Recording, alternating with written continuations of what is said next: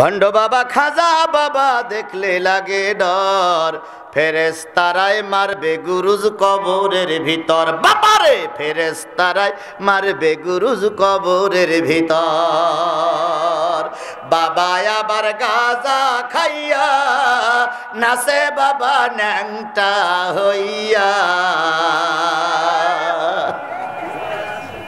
এমনও পীর আছে যে পীর জীবনে কোনোদিন চুল কাটিনি। জিজ্ঞেস করা হয় চুল কাটেন না কেন? আল্লাহ দেশে তা কাটবো কে? আল্লাহ যেভাবে দেশে ওইভাবে থাকবে। গোবও কাটে না। চুলির সঙ্গে গোবের সঙ্গে জট পেকিছে।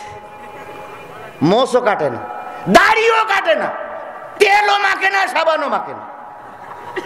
আর সেই সঙ্গে বগলের তাও লম্বা হয়েছে জনমের মতো।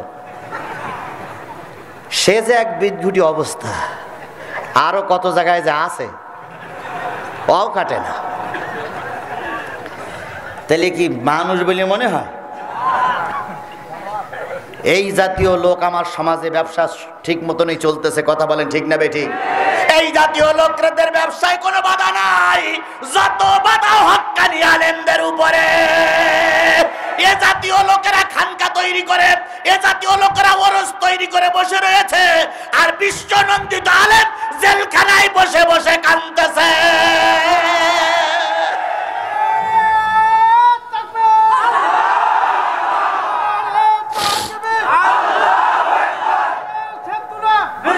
আমার ভাইরা, আউযু বিল্লাহি মিনাশ শাইতানির রাজিম। বিসমিল্লাহির রাহমানির রাহিম। তাব্বাত ইয়াদা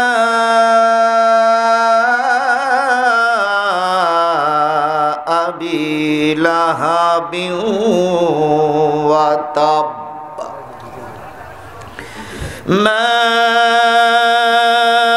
আগনা আনহু মালুহু ওয়া মা কাসাব, সায়াসলা নারান যাতা লাহাব, امرأته حمالة الحطب،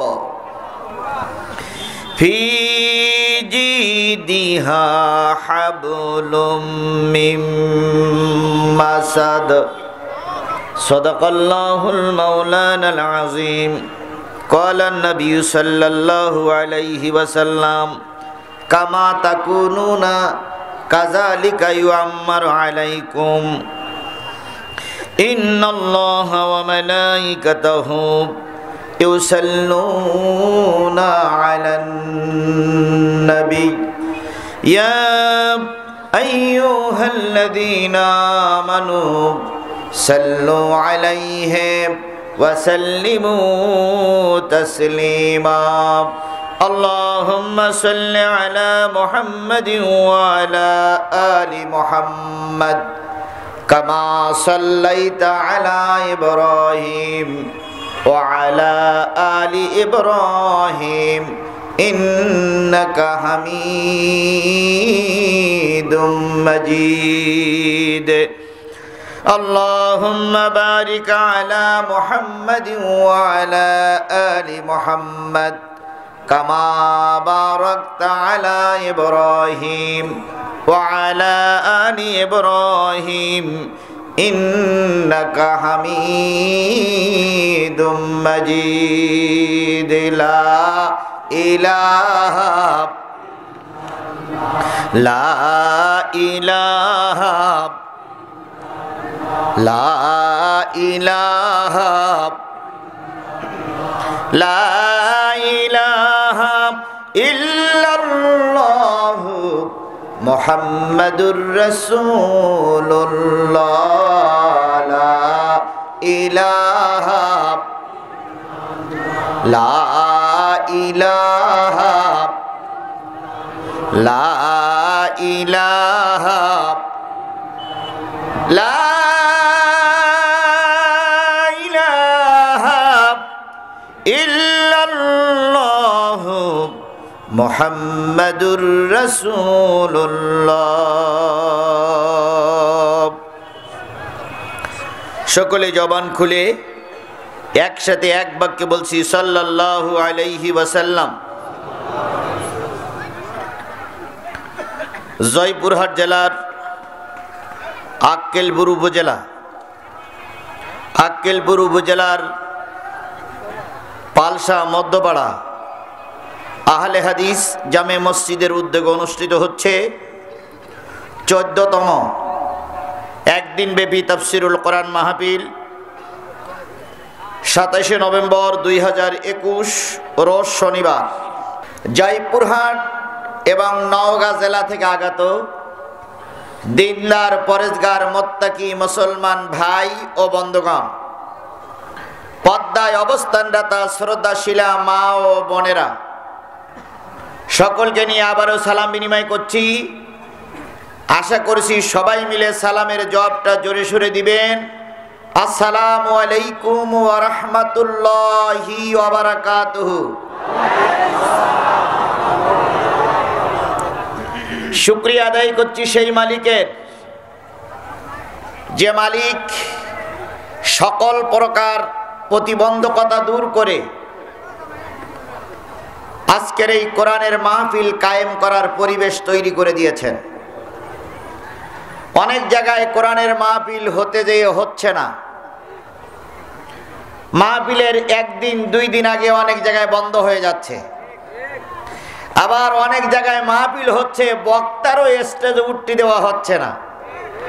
আবার অনেক জায়গায় বক্তার স্টেজে উঠতে দেওয়া হচ্ছে কিন্তু কথা বলতে দেওয়া হচ্ছে না।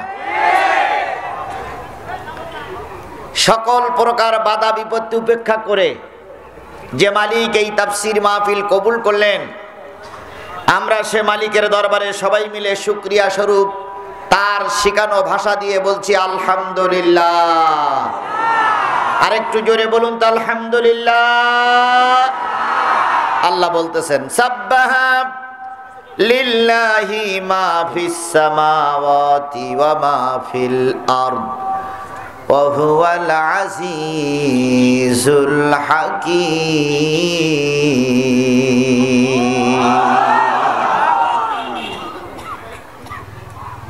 আসমানে যা আছে, জমিনে যা আছে, জমিনের মাঝখানে যা আছে, আসমানের উপরে যা আছে, জমিনের তলদেশে যা আছে, সবাই শুকরিয়া আদায় করে কার? প্রশংসা করে কার? আমরাও প্রশংসা করব কার? সবাই মিলে বলুন তো, কার প্রশংসা করব? কেন করব? একবার ভেবে দেখুন তো, আপনার এই 3.5 হাত বডির ভিতরে আল্লাহ পাক কত কোটি টাকার জিনিস দিয়েছেন। যার দুটো চোখ নাই সেই জানে যে চোখ না থাকার কি জ্বালা। যার একটা কিডনি নাই সেই জানে কিডনি না থাকার কি জ্বালা। যার বাল্ব নষ্ট হয়ে গেছে সেই জানে মৃত্যু যন্ত্রণা কত কঠিন। যাকে আল্লাহ ক্যান্সারে ধরেছে সেই জানে রোগ কত ভয়াবহ। আল্লাহ পাক ওই রোগ, শোক, বালা, মুসিবত, কিডনি, বাল্ব সকল কিছু থেকে হেফাজত করে যে আল্লাহ আপনাকে আমাকে সুস্থ রেখেছেন, সেই আল্লাহর শুকরিয়া জোরে না আসতে? আবারও বলছি আলহামদুলিল্লাহ। সর্বকালের সর্বশ্রেষ্ঠ নবী, সর্বকালের সর্বশ্রেষ্ঠ মহামানব, যার আদর্শে আদর্শিত হয়ে আমরা এখানে উম্মত রূপে দাবি করতে পাচ্ছি, সেই নবীর নামে প্রাণ ঢালা দুরূদ আর সালাম সবাই মিলে বলছি সাল্লাল্লাহু আলাইহি ওয়াসাল্লাম। আল্লাহ বলতেছেন ফালা ওয়া রাব্বিকা লা ইউমিনুনা হাত্তা ইউহাক্কিমুকা ফীমা শাজারা বাইনাহুম সুম্মা লা ইয়াজিদু ফি আনফুসিহিম হারাজাম মিম্মা কাদাইতা ওয়া ইউসাল্লিমু তাসলিমা। কথা কার?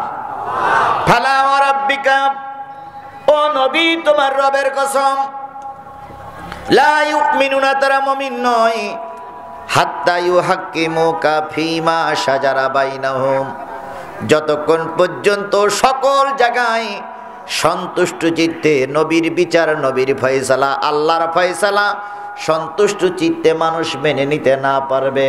অর্থাৎ কোরআনের বিধান, কোরআনের সমাজ তৈরি করার জন্য মানুষ একগ্র চিত্তে না এগিয়ে আসবে, ততক্ষণ পর্যন্ত আর যাই করো মুমিন হওয়া যাবে না। জয়পুরহাটের মুসলমানেরা বলুন তো, আল্লাহর কথা সত্য না মিথ্যা? সবাই মিলে বলুন, সত্য না মিথ্যা? সেই আল্লাহ বললেন কোরআনের বিধান, কোরআনের সমাজ যতক্ষণ চালু না করবা ততক্ষণ কি হওয়া যাবে না? জোরে বলেন, কি হওয়া যাবে না? দ্বিতীয় বৃহত্তম মুসলিম দেশ আমার প্রিয় মাতৃভূমি বাংলাদেশ, কথা বলেন ঠিক না বে ঠিক? 4.5 লক্ষ থেকে 5 লক্ষ মুয়াজ্জিনের আজানে মুসলমানের ঘুম ভাঙে, আবার মুসলমান এশার সালাত আদায় করে ঘুমাতে যায়। রেডিওর কানমোড়া দিলে কোরআনের আওয়াজ ভেসে আসে, প্রতিটা মোবাইলে নামি দামি বক্তার আলোচনা চলে, কথা বলেন ঠিক না বে ঠিক? বাংলাদেশের দোকানগুলোয় যখন হালকাতা হয় সেখানেও কোরআনের মাহফিল চলে, অথচ আমাদের দেশে কোরআনের বিধান চলে না।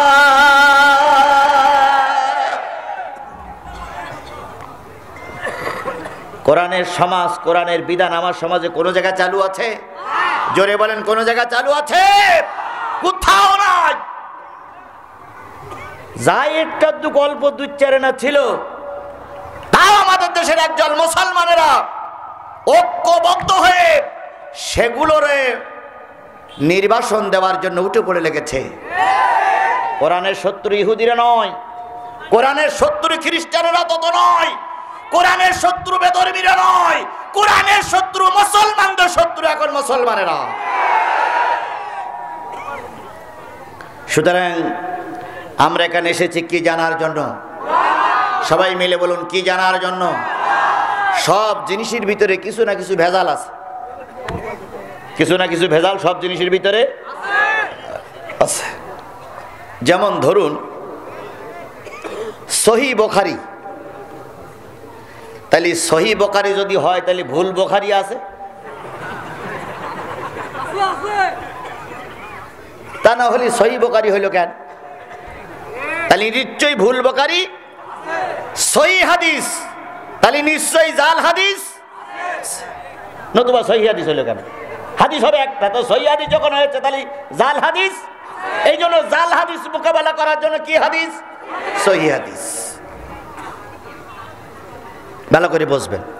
এরপরে আসুন, বক্তার ভিতরে 2 নম্বরই বক্তা আছে না নাই? আগেরকার বক্তার একটা ধারা ছিল, বক্তারা সে কোরআন হাদিসের সহি কথাগুলো বলতো। এখন এমন এমন কিছু বক্তা হয়েছে সহি কথাগুলো ভয়ে বলে না। বলবে কি? কেরামান কাতিবিন মুনকের নকির সব চারিপাশে থাকে, ডাইনি কেরামান পিছনে বামে, সামনে মুনকার পিছনে নকির। কথা বলতে গেলে মৌমাছির মতন চারিদিক থেকে গিলে ধরে, তা কথা বলবে কি? বক্তা বলার জন্য অনেক কিছু চিন্তা ভাবনা করে আসে, কিন্তু অবস্থা দেখে তা বলতে পারেন, আস্তে আস্তে বক্তা ভুলেই যায়। কথা কি ঠিক বললাম না বে ঠিক বললাম? তাহলে বক্তার ভিতরেও ভেজাল আছে, কথা বলেন ঠিক না বে ঠিক? খাদ্যের ভিতরে ভেজাল ঢুকে গেছে, খাদ্যের ভিতরেও ভেজাল ঢুকে গেছে। আগে সরিষার তেল কিনে নিয়ে আসতেন বাজারের থেকে, নারকেল তেল কিনে নিয়ে আসতেন বাজারের থেকে। নারকেল তেল শীতকালে জমে যেত আর সরিষার তেল চেয়ে থাকতো। ও আল্লাহ, এখন সরিষার তেল জমে যায়, নারকেল তেল চেয়ে থাকে। তাহলে তেলের ভিতরে কি ঢুকেছে? ভেজাল ঢুকেছে। স্ত্রীর যন্ত্রণা সহ্য করতে না পেরে বাজার থেকে বিষ কিনে নিয়ে আইছেন, খেয়ে মারবেন। এশার নামাজের পরে এশার সালাত আদায় করে বিষ খেয়ে পড়িয়াছেন, কিছুই হয় না।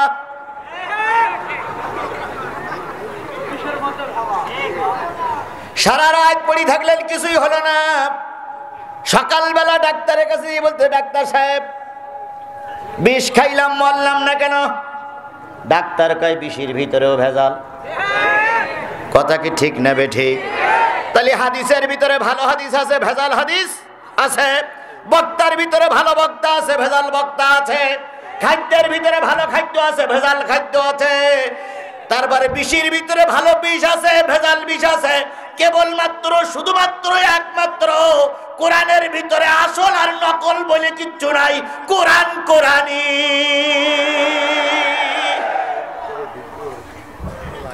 বাংলাদেশের কেউ কি বলেছে এটা আসল কোরআন একটা ভেজাল কোরআন আছে? কেউ বলেছে? পৃথিবীতে কেউ বলেছে? বাংলাদেশের সূরা ফাতিহা যা, সৌদি আরবের সূরা ফাতিহা তাই, বাংলাদেশের সূরা নাস যা, ওখানে নিচে রাখো, এখানে বাজাই তো। আচ্ছা হচ্ছে বাংলাদেশের সূরা নাস যা, সৌদি আরবের সূরা নাস তাই। কথা বলেন ঠিক না বে ঠিক? বাংলাদেশের কোরআনের সূরা বাকারায় যা লেখা আছে, আমেরিকার কোরআনে তাই লেখা আছে। সুতরাং পৃথিবীর সব জায়গায় কম বেশি ভেজাল ঢুকলে আল্লাহর কোরআনের ভিতরে কোনো ভেজাল ঢোকে নাই। এই জন্য আল্লাহ পাক কেন বলতেছেন কোরআন ভেজাল ঢোকেনি? আল্লাহ নিজেই বলেছেন, নাহানু নাজ্জালনা যিকরা ওয়া ইন্না লাহু লাহাফিজুন। এই কোরআন নাজিল করেছি আমি আল্লাহ, হেফাজতের দায়িত্ব আমি আল্লাহ নিয়েছি। সুতরাং কোরআন হলো নির্ভেজাল। কথা বলেন ঠিক না ঠিক? এই কোরআনের আলোচনা যারা শোনে ওদের ভিতরেও ভেজাল থাকে না। সবাই কিন্তু কোরআন শুনতে আসেনি, ও যেগুলো ভেজাল সেগুলো রাস্তায় ঘুরে বেড়াচ্ছে। আবার যেগুলো ভেজাল এগুলো শেষ মোনাজাত পর্যন্ত থাকবে না, কিছুক্ষণ পরে দেখবেন দুই একটা ওটা শুরু করবো, ওগুলোও ভেজাল। আপনাদের ভিতরে ভেজাল না নির্ভেজাল? আপনারা কি ভেজাল না নির্ভেজাল? সবাই মিলে বলুন, ভেজাল না নির্ভেজাল? নির্ভেজাল মুসলমান জীবন দিতে জানে, নির্ভেজাল মুসলমান রক্ত দিতে জানে, নির্ভেজাল মুসলমান কারাগারে ঢুকতে জানে, নির্ভেজাল মুসলমান ফাঁসির কাস্টে ঝুলতে জানে, নির্ভেজাল মুসলমান ভেজাল মার্কা লোকের কাছে মাথা নত করতে জানে না। আল্লাহ পাক সেই নির্ভেজাল হিসেবে আপনাকে আমাকে কবুল করুক। আরো জোরে, আরো জোরে। আমি আপনাদের সামনে সূরা লাহাব, খুব পরিচিত সূরা, খুবই পরিচিত সূরা, কিন্তু বর্তমান প্রেক্ষাপটে আলোচনাটা খুবই গুরুত্বপূর্ণ। এই জন্য আমি পরিচিত একটা সূরা আপনাদের সামনে তেলাওয়াত করেছি। এই পরিচিত সূরা যদিও মনে হচ্ছে সূরাটা আমরা সবাই জানি, কিন্তু এর ভিতরে অনেক কিছু রয়েছে। আমরা না শুনে যাব না, আমরা না শুনে যাব না, আমরা না শুনে যাব না। কারা কারা কোরআনের মাহফিলে শেষ পর্যন্ত থাকতে চেয়েছেন, নিয়ত করেছেন, হাত তুলে আল্লাহরে দেখান।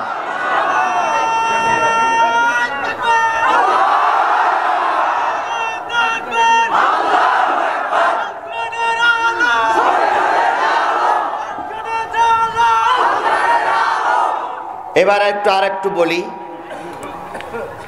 যারা থাকবেন না, যে হুজুর আমি শেষ পর্যন্ত থাকবো না, তারাই হাত তোলেন।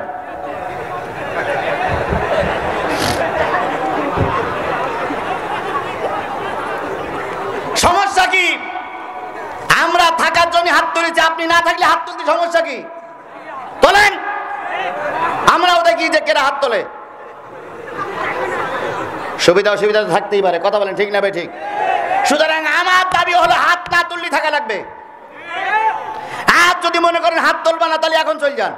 লিল্লাহে তাকবীর।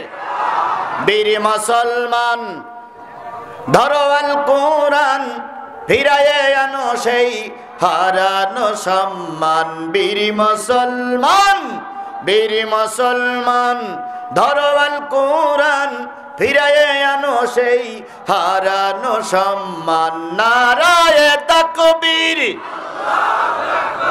লিল্লাহে তাকবীর, লিল্লাহে তাকবীর। তোলোয়ে তাকবীর ধ্বনি ধরায়ে আর একবার, যে আওয়াজ শুনে ওরে মুসলমান ভয় কাঁপিত কাফের বেঈমান। দৌড়ে সেই হুঙ্কার কররে চুরমার, পাপ দুনিয়া ভেঙে কররে চুরমার।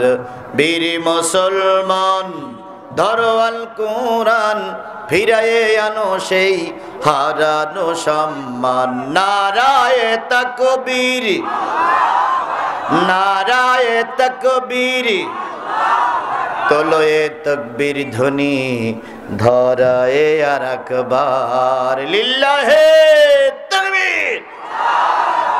দাঁড়ানো লোকগুলো বসার জন্য অনুরোধ করছি, যে যেখানে জায়গা পাবেন সে সেখানেই বসুন। আমাদের লাগাই দিয়ে, আমাদের মাঠে নামাই দিয়ে ধুয়ে আপনি চলে যাবেন, ওটা হবে না। লাগাই দিলে শেষ পর্যন্ত থাকা লাগবে।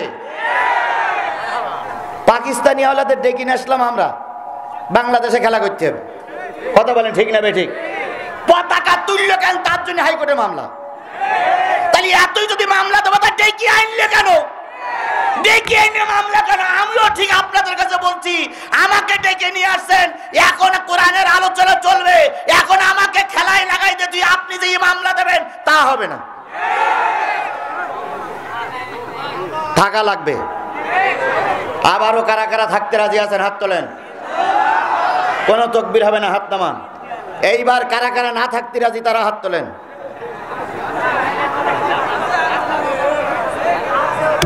কেউ নেই, বাস চলবে ইনশাআল্লাহ।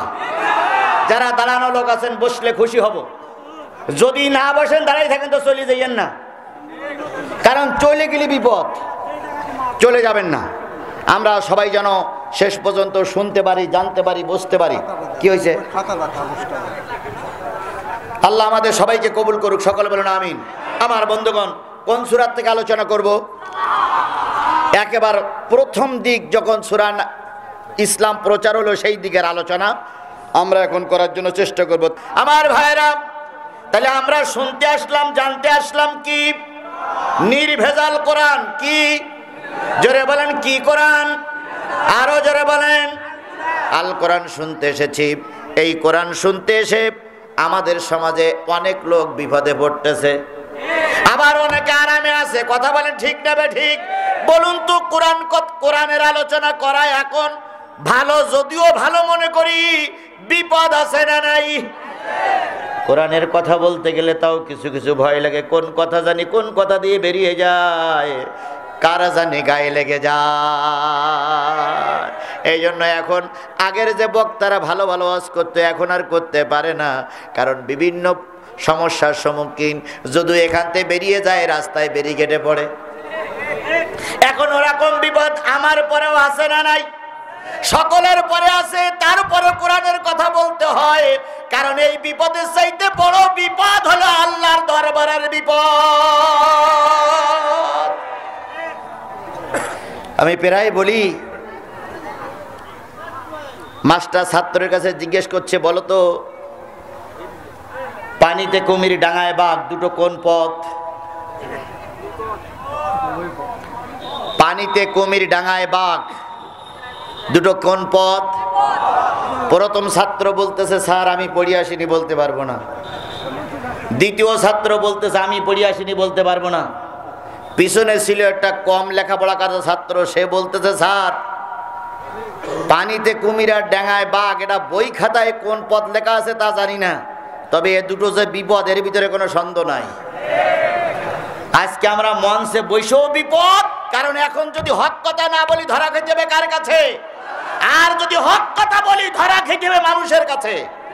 যেমন দেখুন, টাকনুর নিচে কাপড় পরলে কে খুশি হয়? টাকনুর নিচে কাপড় পরলে কে খুশি হয়? আর টাকনুর উপরে কাপড় পরলে কে খুশি হয়?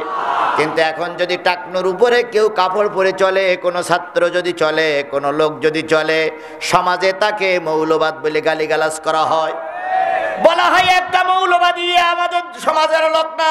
তাহলে এখন যদি নেতাদের মন সন্তুষ্ট করতে যায়, অসন্তুষ্ট হয় কে? আর যদি আল্লাহর অসন্তুষ্ট করতে যাই, নেতারা হয়ে যায় খুশি। এই জন্য টাকনুর নিচে কাপড় পরে চললে বিপদ, আবার না পড়লেও বিপদ। এখন আমরা উভয় সংকটে পড়ে গেছি। আমার জেলার করে এক ছোট্ট কথা বলি, একজনের ধরে নিয়ে গেছে, থানায় ধরে নিয়ে গেছে, তো আর একজন গেছে তার টাকনুর উপরে কাপড় পরা। তার থানায় যারা দায়িত্ব আছে তারা বলতেছে, এ যারা ধরে নিয়েছে এটাও যে দলের, এটাও সেই দলের, কারণ টাকনুর উপরে কাপড় পরা কেন? ধর ওটারও ধর। দুটোই নিরপরাধ, জেল খাটলো। বলার কারোর কোনো অধিকার নেই, চাওয়ার কোনো অধিকার নেই। কথা বলেন ঠিক না বেঠিক? সেই বিপদে আজকে আমাদের নৌকা চালাতে হচ্ছে, সেই বিপদ আমাদের গাড়ি চালানো হচ্ছে। এরপরেও কি আমরা গোপন করব? যদি গোপন করি ধরা খাবো কার কাছে? আল্লাহ রাব্বুল আলামিন বলতেছেন, ইন্নাল্লাযীনা ইয়াকতুমুনা মা আনজালাল্লাহু মিনাল কিতাব ওয়া ইয়াশতারুনা বিহি সামানান কলিলা উলাইকা মা ইয়াকুলুনা ফি বুতুনিহিম ইল্লান নার ওয়া লা ইউকাল্লিমুহুমুল্লাহু ইয়াওমাল কিয়ামাতি ওয়া লা ইউযাক্কিহিম ওয়া লাহুম আযাবুন আলীম। কথা কার? ভালো করে শোনেন। যারা মঞ্চে আছেন, যারা অতিথি আছেন, যারা নেতা আছেন, যারা আলেম আছেন, যারা অতিথি আছেন, সকলের জন্য দাবি করছি কথাটা শোনার জন্য। যারা শ্রোতা তাদেরকেও বলছি শোনার জন্য। থানার প্রশাসনের ভাই যারা আছেন তাদেরকেও বলতেছি অন্তত এই কথাটা শোনার জন্য। আল্লাহ বলতেছেন, ইন্নাল্লাযীনা ইয়াকতুমুনা মা আনজালাল্লাহু মিনাল কিতাব, নিশ্চয়ই যে বা যারা গোপন করে আল্লাহর নাজিলকৃত আসমানি কিতাব। কে বলছে? কি বলছে? নিশ্চয়ই যারা গোপন করে মা আনজালাল্লাহু মিনাল কিতাব, আসমান থেকে যে কিতাব নাজিল হয়েছে ওই কিতাব যারা কি করে? গোপন করে। ওয়া ইয়াশতারুনা বিহি সামানান কলিলা, বিনিময়ে কিছু টাকা নেয়, অর্থ নয়, অল্প টাকার বিনিময়ে যারা কোরআন আসমানি কিতাব গোপন করে, উলাইকা মা ইয়াকুলুনা ফি বুতুনিহিম ইল্লান নার, ওই গোপন করা লোকটি যা পেটে ঢুকায় আর পকেটে ঢুকায়। আবার বলি শোনেন, আসমানি গ্রন্থের নাম কি? নাজিল করেছেন কে? আল্লাহ বলছে এই কিতাব জানার পরে যারা গোপন করবে, গোপন করার পরে যারা পকেটে নেবে, পেটে ঢুকাবে, ইল্লান নার, আমার আল্লাহ বলেন কোরআন গোপন করে যারা পকেটে নেয় আর পেটে ঢুকায়, আগুন ছাড়া অন্য কিছু ঢুকায় না। তাহলে কোরআন যদি গোপন করে যায় কিছু লোক খুশি হয়। কথা বলেন ঠিক না বে ঠিক? এমনও লোক আছে বলতে বাধ্য হয়, হুজুর কেসে কাহিনী বলে শেষ করে দেন, কোনো সমস্যা নাই। খুশি হলেন আপনারা, কিন্তু অখুশি হলো কে? আমাকে নিয়ে আসছেন, কিছু টাকা দিয়েছেন, দেবেন, আবার খেতেও দিয়েছেন বা খেতে দেবেন। তাহলে আল্লাহ বললেন যারা কোরআন গোপন করে গেল, পকেটে নিয়ে গেল, পেটে ঢুকায় গেল, কি ঢুকালো? জোরে বলেন কি ঢুকালো? এবার এই পর্যন্ত থাক। এবার আপনাদের কাছে প্রশ্ন, আমি তো আগুন ঢুকালাম, আমি তো মরেছি, আমি তো বিপদে পড়েছি দাওয়াত নিয়ে। আমি দাওয়াত নিয়ে কি হয়েছি? বিপদে পড়েছি। এবার আপনাদের কাছে বলি, আল্লাহ বলতেছেন ওয়ালা ইউকাল্লিমুহুমুল্লাহু ইয়াওমাল কিয়ামাতি, কিয়ামতের দিন আমি আল্লাহ পাক ওই বক্তার সঙ্গে কথা বলবো না। ওয়ালা ইউযাক্কিহিম, তারে আমি আল্লাহ পবিত্র করব না। ওয়ালাহুম আযাবুন আলীম, তার জন্য রয়েছে কঠিন আযাব। বিশাল কাফেলা আজকে আপনারা একত্রিত, সকলের কাছে দাবি করি, আমি যদি কোরআন জানার পরে গোপন করে যাই, পেটে খেয়ে যাই, পকেটে নিয়ে যাই, তাহলে কে আমার সঙ্গে কথা বলবে না? কে আমারে পবিত্র করবে না? আমার জন্য রয়েছে কি? জাহান্নাম। আমার জন্য রয়েছে কি? জাহান্নাম। আমার জন্য রয়েছে কি? জাহান্নাম। এটা যদি আপনি বুঝে থাকেন, যেহেতু আমি বাংলায় বললাম, যদি বুঝে থাকেন, এখন যদি আপনি বলেন হুজুর অবস্থা খারাপ, সময় খারাপ, কথা একটু এড়াইয়া যান, আপনি লিখে দেন সাদা কাগজে, কিয়ামতের দিন যদি আল্লাহ আমার জাহান্নামে দেয়, আপনি আমার জাহান্নাম থেকে বাঁচাবেন অথবা আমার সঙ্গে থাকবেন। দুটো জিনিস, হয় আমারে বাঁচাবেন আর নাই আমার সাথে থাকবেন। কেউ থাকবে? নিজের বাবা তাই বলবে ইয়াউমা ইয়াফিরুল মারউ মিন আখি ওয়া উম্মিহি ওয়া আবিহি ওয়া সাহিবাতিহি ওয়া বানি। কিয়ামতের দিন সন্তান মার কাছে দেবে, মা একটা নেকি দাও, মা সন্তান বলে পরিচয় দেবে না। বাবার কাছে যাবে সন্তান, বাবা পরিচয় দিবে না। স্ত্রীর কাছে যাবে, ভাইয়ের কাছে যাবে, সন্তানের কাছে যাবে, কেউ সেদিন পরিচয় দেবে না। এই জন্য বন্ধুরে, আমি জানি হক কথা বললে হকটা তিতু লাগে, হক কথা বললে কিছু লোকের গা জ্বালা করে, এটা আমি জানি। আমি জানি হক কথা বললে বিপদ আসে, ওটাও আমি জানি। আমি জানি হক কথা বললে কিছু লোক লাঠির বাড়ি মারবে, ওটাও আমি জানি। আমি জানি হক কথা বললে কিছু লোক আমার পরে ঢিল ছুঁড়ে মারবে, ওটাও আমি জানি। তারপরে কোরআন থেকে দূরে সরে যাই না, এই কারণে আমার মৃত্যুর পর আমার কবরে কেউ যাবে না।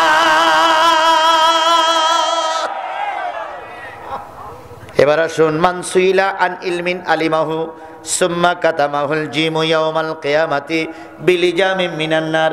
কাউকে যদি ডেকে আনা হয় কোরআন হাদিস বলার জন্য, কাউকে যদি ডেকে আনা হয় কোরআন হাদিস বলার জন্য, কারোর কাছে যদি প্রশ্ন করা হয় কোরআন হাদিস জানার জন্য, ওই ব্যক্তি যদি কোরআন হাদিস জানার পরে গোপন করে, কথাটা বুঝতে পেরেছেন? রসুলের হাদিস কোরআন জানার পরে, হাদিস জানার পরে যদি গোপন করে, কিয়ামতের দিন আল্লাহর ফেরেশতারা ওপেনলি খোলা ময়দানে তাকে ডাকবে। ডাকার পরে বলবে, তুমি লোকের সন্তুষ্টি করার জন্য, নেতা সন্তুষ্টি করার জন্য, মাহফিল কমিটি সন্তুষ্টি করার জন্য, এলাকার মানুষ সন্তুষ্টি করার জন্য আল্লাহর কোরআন রসুলের হাদিস গোপন করেছিলে, তুমি তো সেই হুজুর। কিয়ামতের দিন আগুনের কেউসি দিয়ে হুজুরের জিভটা লম্বা করে ধরে গোড়ার থেকে কেটে দেবে, আর বলবে তুমি না গোপন করেছিলে, এখন জিভ কেটে দিলাম। এখন আমি এখন মহাবিপদে। যদি বলি অনেকে অসন্তুষ্ট, আর যদি না বলি আল্লাহ অসন্তুষ্ট। আবার যদি না বলি কিয়ামতের দিন কেউসি দিয়ে জিভ কেটে ফেলবে। আর এখন যদি বলি আমার ঠ্যাং ভেঙে যাওয়ার সম্ভাবনা। তাহলে এখন আমরা কোরআন বলবো না বলবো না? জোরে বলেন, বলতে পারি না পারি না? আমার সম্মানিত প্রধান অতিথি চেয়ারম্যান সাহেব, উনি আমাকে বলে আসছেন, হুজুর কোরআন হাদিসের কথা বলবেন, আমি আপনার পাশেই আছি। আমি তো চিন্তা করছি আর কিসের ভয়।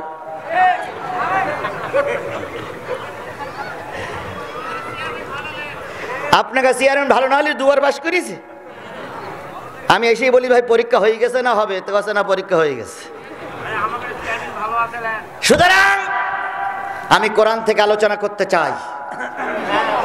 এখানে কোনো দলদারির ব্যাপার সবার নাই, আর আমরা কেউ এখানে দল করতেও আসি না। আমরা এখানে কি বলতে এসেছি, আপনারা কি শুনতে এসেছেন? আল্লাহ পাক বোঝার তৌফিক দান করুক, সকলে বলুন আমিন। আরো জোরে আমিন, আরো জোরে। তাহলে কোন সূরা তেলাওয়াত করেছি? সূরা লাহাব। লাহাব শব্দের অর্থ হচ্ছে প্রজ্বলিত আগুন, আগুনের লেলিহান শিখা, অগ্নিদহ। আগুন যখন অনেক দূর উপরে উঠে যায়, আগুনের খেলা যখন শুরু হয়, তখন তাকে বলা হয় লাহাব। আল্লাহ রসুলের একজন চাচার নাম ছিল আবুল আহাব। আবুল আহাব রসুলের একজন চাচার নাম ছিল কি? আসলে কিন্তু ওনার নাম আবুল আহাব ছিল না, ওনার নাম ছিল কি? আব্দুল উজ্জা। নাম ছিল কি? আব্দুল উজ্জা। কেন আবুল আহাব? লোকটার চেহারা এত সুন্দর ছিল, টোকা দিলে শরীর থেকে রক্ত ফিনকে বাহির হতো। এত পরিষ্কার মানুষ, এত সিধা সাদা মানুষ, এত ঢং ঢঙের মানুষ, এত ডাকডোটের মানুষ, এত সংকীর্ণ, এত এত কি বলে কি সৌন্দর্যমণ্ডিত মানুষ আর ওই সমাজে কেউ ছিল না। সবাই তাকে সুন্দর পুরুষ বলে জানত, সবাই তাকে সুন্দর পুরুষ বলে মানত। তাই তার নাম হলো আবুল আহাব, মানে সুন্দর, কি বলে অগ্নিশিখার পিতা, মানে সুন্দরের পিতা। ওই যে সুন্দরের পিতা বলে ডাক শুরু করলো, আল্লাহ পাক ওই নামে সূরা নাজিল করে দিলেন। আবু জেহেলের নাম কি? আবুল হাকাম। আবুল হাকাম মানে কি? জ্ঞানীর পিতা। যখন রসুলের বৃদ্ধাচারণ করলো, রসুল যখন কোরআন তেলাওয়াত করত, আবুল জাহেল তখন রসুলের বিপক্ষে অবস্থান নিত। আবু জেহেল বলতো রসুল ভুল কথা বলতেছে, রসুলের কথা মেনে নেওয়া যাবে না। আল্লাহ রাব্বুল আলামিন বললেন, যে ব্যক্তির ভিতরে কোরআন নাই সে হলো আবু জেহেল, মানে মূর্খের পিতা। আমাদের সমাজে অনেক জ্ঞানী গুণী মানুষ পাওয়া যায়, সূরা লাহাব পড়তে পারে না। অনেক নেতা পাওয়া যায়, অনেক শিক্ষিত মানুষ পাওয়া যায়। রাজশাহী বিশ্ববিদ্যালয় থেকে মাস্টার্স কমপ্লিট করেছি, ঢাকা বিশ্ববিদ্যালয় থেকে মাস্টার্স কমপ্লিট করেছি, আমি এলএলবি করেছি। অনেক শিক্ষিত মানুষ, যদি বলা হয় বলুন তো দোয়া কুনুতটা একটু পড়েন, হুজুর ওটা মুখস্থ করার সময় পাইনি হুজুর। আপনি অনেক শিক্ষিত, তাতে কি হয়েছে? আপনার ভিতরে কোরআন নাই, আপনি আবু জাহেলের উত্তরসূরি। আবার এই উত্তরসূরিরাই এখন মসজিদে মসজিদে সবক দিয়ে বেড়াচ্ছে। এনারাই এখন যেভাবে চলাতে বলে আমাদের সেইভাবে চলতে হয়। এই জন্য আমি আমার ভাষায় বলি, এখন আর গাই গরুতে দুধ দেয় না, এখন এড়ি গরুতে দুধ দিয়ে বেড়াচ্ছে। সূরা কাউসার পড়তে পারে না, উনি ইমাম সাহেবের কানে কানে বলে, হুজুর ইমামতি করতে গেলে আমাদের কথা শুনে চলেন, নতুবা ইমামতি থাকবে না। কিন্তু হুজুরও তখন কয়, না না না না না না আপনাদের কথার বাইরে যাব না।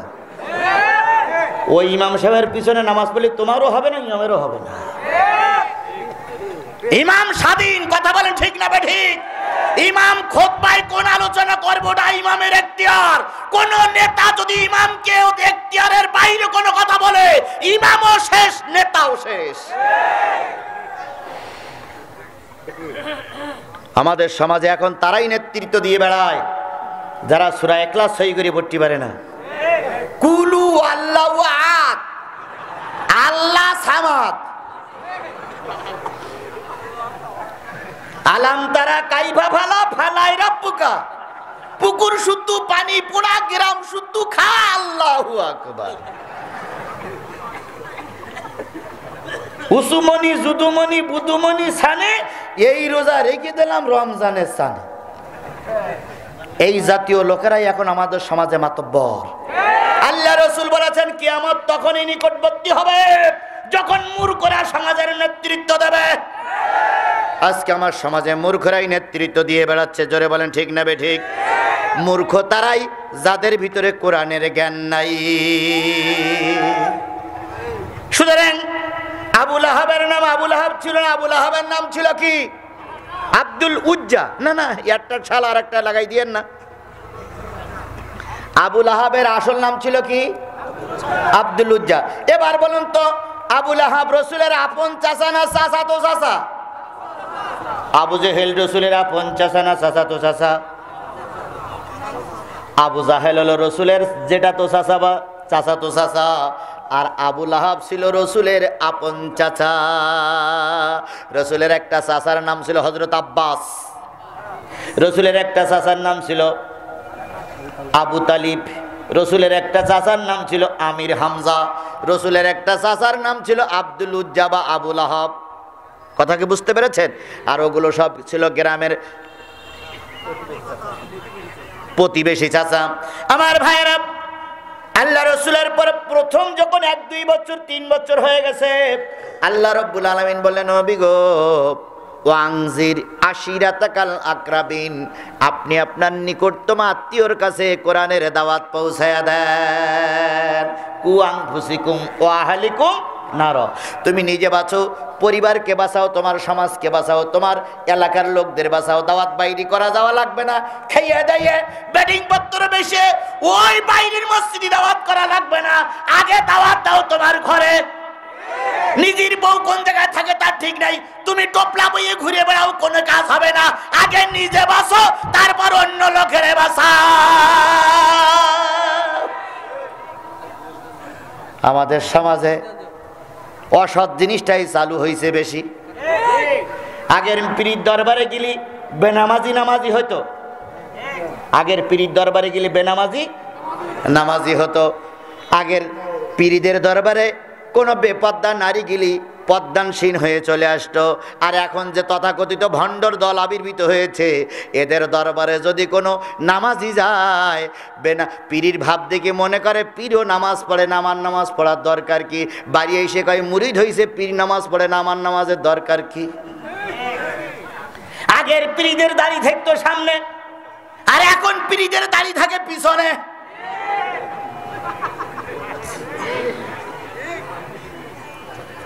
ভণ্ড বাবা খাজা বাবা দেখলে লাগে ডর, ফেরেশতারায় মারবে গুরুজ কবরের ভিতর। বাবারে, ফেরেশতারায় মারবে গুরুজ কবরের ভিতর।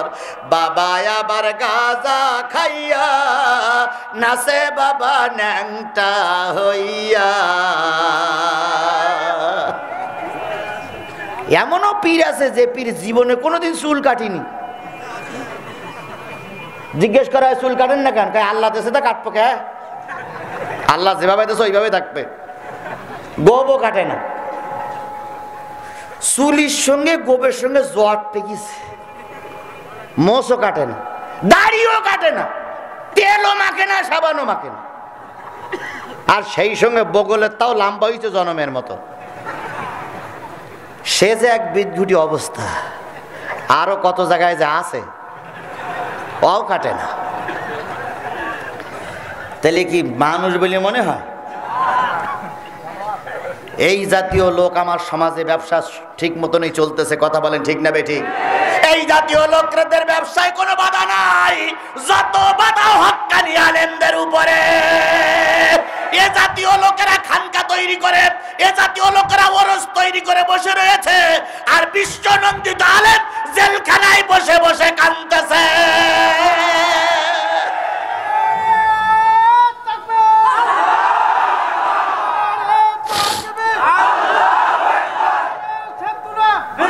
আমার ভাইরা, এই যখন সমাজের অবস্থা, তখন আমরা কথা বলতে গেলে দারুণ ভয়ে কথা বলতে হয়। জোরে বলেন ঠিক না বেঠিক?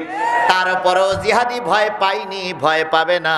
ভয় পাবার নিয়ত আমার দিলের ভিতরে কখনো তৈরি হয় না।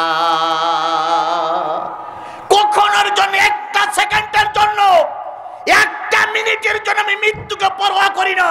আমি সবসময় আমার মৃত্যুকে ডাইন পকেটে নিয়েই ঘুরে বেড়াই। যখন আল্লাহ চাবে তখন দিয়ে দেব, তবুও বাতিলের কাছে মাথা নত করব না, করব না, করব না। আল্লাহ যেন নিয়তের পরে অটুট থেকে মৃত্যুবরণ করার তৌফিক দান করেন। আল্লাহ রাব্বুল আলামিন বললেন, নবী নিকটতম আত্মীয়ের কাছে দাওয়াত দাও, বাইরে যাওয়ার দরকার নেই। ওয়াংজির আশিরাতাকাল আকরাবিন, নিকটতম আত্মীয় স্বজনের কাছে দাওয়াত দাও। নিকটতম আত্মীয় হলো আবু লাহাব। রসুলের ঘরের গায়ে বাড়ি, রসুলের বাড়ির পাশেই বাড়ি। যারা কাবা ঘরে গেছেন হজ করতে, দেখবেন মক্কা শরীফে আবু জেহেলের ঘর যেখানে ছিল সেখানে হয়েছে পায়খানা ঘর। ওই আবু জেহেলের বাড়ির পাশে আবু লাহাবের ঘর, আর আবু লাহাবের ঘরের পাশেই নবীর ঘর। আবু জেহেলের বাড়িটা হইছে জনমের মতন পায়খানা, আর নবীর ঘরটা হইছে কোরআনের লাইব্রেরি। এভাবে ইজ্জত দেয়। কথা বলেন ঠিক না বেঠিক? আজকে তোমরা বিরাট সম্মানিত মনে করতেছ, তুমিও মরে দেখো, আর যে আলেমদের গালিগালাজ দিচ্ছ ওনারাও মরে দেখুক। তোমারও জানাজা হবে, ওনাদেরও জানাজা হবে। তোমার জানাজায় যা লোক আসবে অর্ধেক লোক উঁচু করবে না, আর ওনার যা জানাজায় যা লোক হবে ময়দানে জায়গা দেওয়া যাবে না।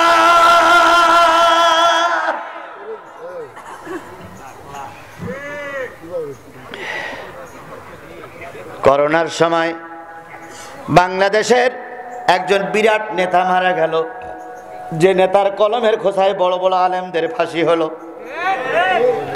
উনিও মারা গেলেন। আর বাংলাদেশের করোনার সময় একজন বক্তা মারা গেল, দুইজন মারা গেল। সরকার বাহাদুর দুইজনের পরে জানাজায় 44 ধারা জারি করলো। জানাজায় লোক এক জায়গায় হওয়া যাবে না, তাহলে করোনা ছড়াইয়ে পড়বে। এই কথা শুনে নেতার জানাজায় খুব লোক গেলেন না, কিন্তু মানুষ চিন্তা করলো এত বড় একজন আলেম মারা যাবে আর আমরা জানাজায় যাব না, এটা হতে পারে না। করোনা দেওয়ার মালিককে, না দেওয়ার মালিককে। গোটা বাংলাদেশের অবস্থা বিশ্বের অন্যান্য দেশের চাইতে অর্থনৈতিক দিক দিয়ে হয়তো খুব একটা ভালো না। আমাদের পারমাণবিক অস্ত্র নাই, আমাদের রাসায়নিক অস্ত্র নাই, আমরা পরের ঝোলা মাথায় করে নিয়ে বেড়াই। প্রত্যেকটা মানুষ আমরা হাজার হাজার টাকা ঋণের বোঝা মাথায় করে নিয়ে ঘুরে বেড়াচ্ছি। পদ্মা সেতু হচ্ছে, লালন শাহ সেতু হয়েছে, যমুনা ব্রিজ হচ্ছে, যমুনা ব্রিজ হয়ে গেছে, এত কিছু হচ্ছে, ঋণের বোঝা শুধু বাড়তি আছে, বাড়তি আছে, বাড়তি আছে। কত ঋণ যে আপনি আমি আছেন একবারও হিসাব করে দেখেন না। যে একটা বাচ্চা মায়ের পেট থেকে আসে 30,000 টাকা ঋণ নিয়েই জমিনে অংশগ্রহণ করে। এখন প্রত্যেকটা মানুষ প্রায় 30,000 টাকা ঋণী। তাহলে এত ঋণের বোঝা নিয়ে আমরা চলতে, আমাদের কিচ্ছু নাই। আমরা এখনো ওষুধ তৈরি করতে পারি নাই। শুনলাম বঙ্গবন্ধু ইঞ্জেকশন তৈরি হয়েছে, আমাদের জাতির পিতার নামে একটা ইঞ্জেকশন তৈরি হয়েছে। প্রাথমিক ডোজ পরীক্ষা করা হচ্ছে যে এইটা কাজ হয় কিনা। স্থপতির নামে ইনজেকশন তৈরি হয়েছে, আমাদের কিচ্ছু নাই। আমাদের দাদারা ইনজেকশন দিতে চাইছিল, টাকাও নিল কিন্তু দিল না, আমাকে শুধু লোভ দেখায়। তারপরেও আমরা অসহায়। তাহলে আমাদের তো করোনা বেশি হওয়ার কথা ছিল। আমি যে জিনিসটা বুঝেছি আগে বুঝতে হবে, তারপর মন্তব্য করতে হবে। তাহলে আমাদের তো করোনা বেশি হওয়ার কথা ছিল, কিন্তু গোটা বিশ্বের চাইতে, গোটা বিশ্বের সব দেশের চাইতে বাংলাদেশের করোনার রোগী কম। কেন কম? সরকার বাহাদুর ঘোষণা করলো করোনার থেকে যদি বাঁচতে চাও তাহলে কি করো? মাস্ক, নাক ঢেকে রাখো, আর কি করো? হ্যান্ড ওয়াশ করো, হাত ধো, মুখ ধো, আর কি বলো? নাক ঢেকে রাখো। আর এই যে হাত ধো, মুখ ধো, মাথা মাথা করো, পা ধো, এটা সরকার তুমি এখন বলতেছো, আর আমার আল্লাহ 1450 বছর আগে বলেছে। আমার বাংলাদেশের মানুষের খাওয়া হয় না, কোনো দুঃখ করে না। বাংলাদেশের মানুষের পরনে কাপড় নাই, ওটাও দুঃখ করে না। কিন্তু বাংলাদেশের মানুষ আজান শুনলে নামাজ পড়তে যায়, কাপড় দুইটা না একটা, একটা পরিবর্তন করে নামাজ পড়ে, তবুও সালাত কাজা করে না। আর আমার দেশের মানুষ বেশি বেশি মুখ ধোয়, বেশি বেশি মাথা মশা করে, বেশি বেশি পা ধোয়, বেশি বেশি নাক ঢেকে রাখে। যেহেতু আমার দেশের নারীরা পদ্মাশীল, আমার দেশের হুজুরিরা নিজেদেরকে হেফাজত করে রাখে, যার কারণে অন্য অন্য দেশের চাইতে আমার দেশের মানুষের করোনা রোগ কম হয়েছে। দেবার মালিককে আল্লাহ, হেফাজত করার মালিক। কথা বলেন ঠিক না বেঠিক? সুতরাং আমি যে জিনিসটা বোঝাতে চাচ্ছিলাম সেটা হলো, বিপদ দেয় আল্লাহ, আবার বিপদ থেকে মুক্ত করে। আজকে জাতি সেই আল্লাহরে ভুলে যাওয়ার কারণে পদে পদে গোটা বিশ্বে অপমানিত হচ্ছে। তাহলে আল্লাহ পাক বললেন যে নিজের পরিবার আহাল বর্গের কাছে কি করো? দাওয়াতি কাজ করো। নবীজি একদিন সকালবেলা ওই আহাল বর্গকে ডাকার জন্য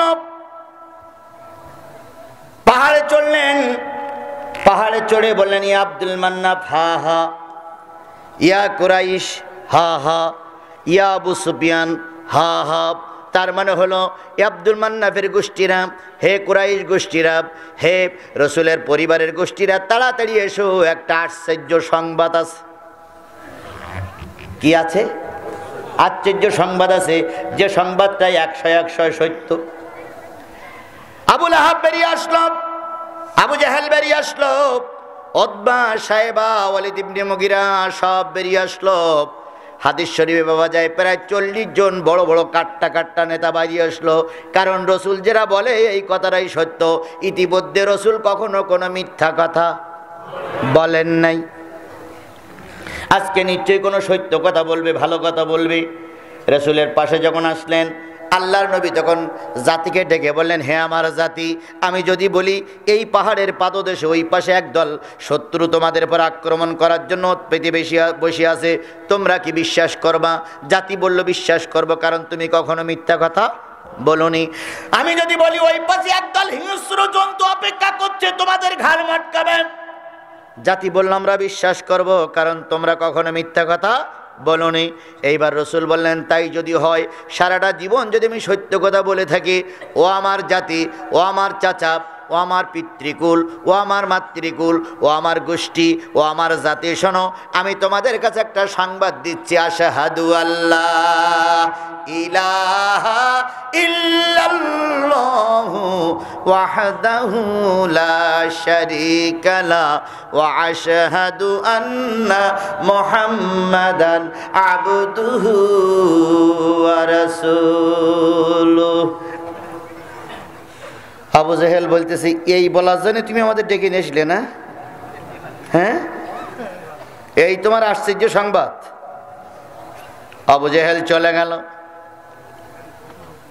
আবু লাহাব বলতেছে, অনেক দিন সহ্য করেছে, আর সহ্য করা যাবে না। কি করবা? নবী যদি কলেমা পড়িয়ে দাঁড়াই আছে। আবু লাহাব, আব্দুল উজ্জা একটা পাথর তুলল, একটা ঢিল তুলল, একটা পাথরের অংশ তুলল। এই পাথরের অংশটা রসুলের দিকে ছুঁড়ে মারল। রসুল বিশ্বের সবচেয়ে ভালো মানুষ, কথা বলেন ঠিক না বে ঠিক? আজকে তুমি আর আমি ভালো সাজি নির্বাচনের সময়, তুমি আর আমি ভালো সাজি ভোটের সময়, তুমি আর আমি সালাম দেই ভোটের সময়, ভোটও শেষ, সালামও শেষ। তুমি যে কত ভালো, তোমার স্ত্রীর কাছে গিয়ে গোপনে জিজ্ঞেস করলে বোঝা যাবে তুমি কত ভালো। তুমি এত নেতৃত্ব দাও, এত ওয়াজ নসিহত করো, তুমি ফজরের নামাজ পড়ো না, কেউ জানে না, তোমার মা জানে, তোমার স্ত্রী জানে। মাঝে একটু গল্প তুলে দেবেন, নেতা তো ভোটে দাঁড়াইছে, তা কেমন অবস্থা? বাইরে নেতৃত্ব দেয়, বাড়ি দা কুমড়ো সম্পর্ক। তোমাকে ওয়াজ করলে কি হয়? সকালবেলা ফজরের নামাজ পড়ে না। এরকম নেতা আমাদের সমাজে। ওই সমস্ত নেতাদের চরিত্র ভোটের সময় কি হয়? ফুলের মতন পবিত্র হয়। নেতা এক কান পাইছি ভাই, আব্দুল কাদের দুলাভাই, দুলাভাইয়ের চরিত্র ফুলের মতন পবিত্র। দুলাভাই আছে যেখানে আমরা আছি সেখানে, দুলাভাই ছিল যেখানে তোমরা ছিলে সেখানে, দুলাভাই এখন কবরে তোমরা কেন উপরে।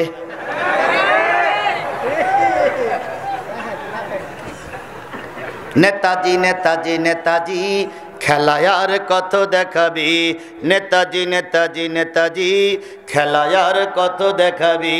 ভোটের সময় এলে হাতে পায়ে ধরো, ভোটটা হয়ে গেলে খেল নাহি করো। এটা দেব সেটা দেব গাল গপ্প করো, ভোটটা হয়ে গেলে খেল নাহি করো। নেতাজি নেতাজি নেতাজি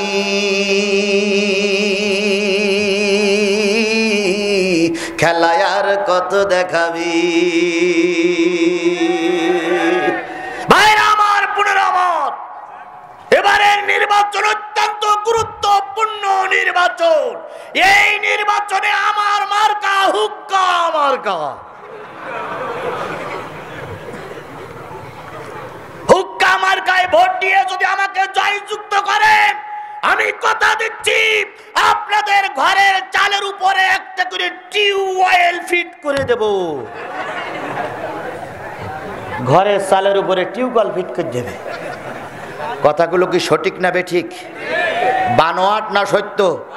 তারপরও আমার নেতারা বলে, কথা বলেন কথা বলেন কথা বলেন, শুধুমাত্র আমার আমানাতটা নিয়ে যাবার জন্য। আমার ইউনিয়নের নির্বাচন হচ্ছে, এক লোক এসে আমার মাথা ধরিস, চাচি আসসালামু আলাইকুম। ওয়ালাইকুম আসসালাম। চাচি 100 টাকা নেন, ইফতারি করবেন। আমার মা বলছে এখন তো রোজার মাস না। তো বলছে তারপর যখন রোজা আসবে তখন ইফতারি করবে। তখন বলতেছে কেন, আমি কি গরিব মানুষ বা আমার কি এতই অসহায় যে তোমার ওই 100 টাকা নিয়ে ইফতারি করতে হবে? টাকা ফিরিয়ে নিয়ে যাও। ও চলে গেল। তাহলে কত কৌশল অবলম্বন করছে এই জাতি, কথা বলেন ঠিক না বেঠিক? ঘরের চালের উপরে কি ফিট করে দেবে? টিউবওয়েল। পাশে ছিল যে, সে বলতেছে স্যার কথাটা রং হয়ে গেল না। কয় কেন? কয় ঘরের চালের পরে টিউবওয়েল ফিট করলে পানি আনবে কি করে, পানি নেবে কি করে? কয় তাও তো ঠিক। বলেই যখন ফেলিছে, এইবার যদি বলি আমার ভুল বলা হয় তাহলে জনগণ হাসবে। ভাইরা আমার, বোনেরা আমার, ঘরের চালের উপরে টিউবওয়েল ফিট করে দিলে যদি পানি আনার অসুবিধা হয়, আমি ঘরের চালের উপর দিয়ে বিশ্ব রোড বানাই দেব, তবুও ভোটটা আমার দিয়েন। এরকম মিথ্যা অপবাদ, মিথ্যা কথা বলার মতন লোক আমার সমাজে। আমার এদের চরিত্র নির্বাচনের সময় কি হয়? ফুলের মতন পবিত্র হয়। অথচ আমার নবী ও আমার ভাইরা, আমার নবীকে আল্লাহ রাব্বুল আলামিন বলেছেন ওয়া ইন্নাকা লাআলা খুলুকিন আযীম, সবচেয়ে উত্তম চরিত্রবান আমি আপনাকে বানাই দিলাম। আপনার চাইতে উত্তম চরিত্র আর পৃথিবীতে কারোর নাই। ভালো যে খারাপ মানুষেরা তার কি করে? ভয় পায়, সম্মান দেখায়, ভয় পায়। কথা বলেন ঠিক না বে ঠিক? একটা ছোট্ট কথা বলি, আবু জেহেল এক লোকের কাছ থেকে উট কিনেছে, টাকা দেয় না। উট কিনেছে কিন্তু এরা মেরে খাওয়া নেতা আমার সমাজে আছে না নাই? জনগণের টাকা সব পেটের ভিতরে।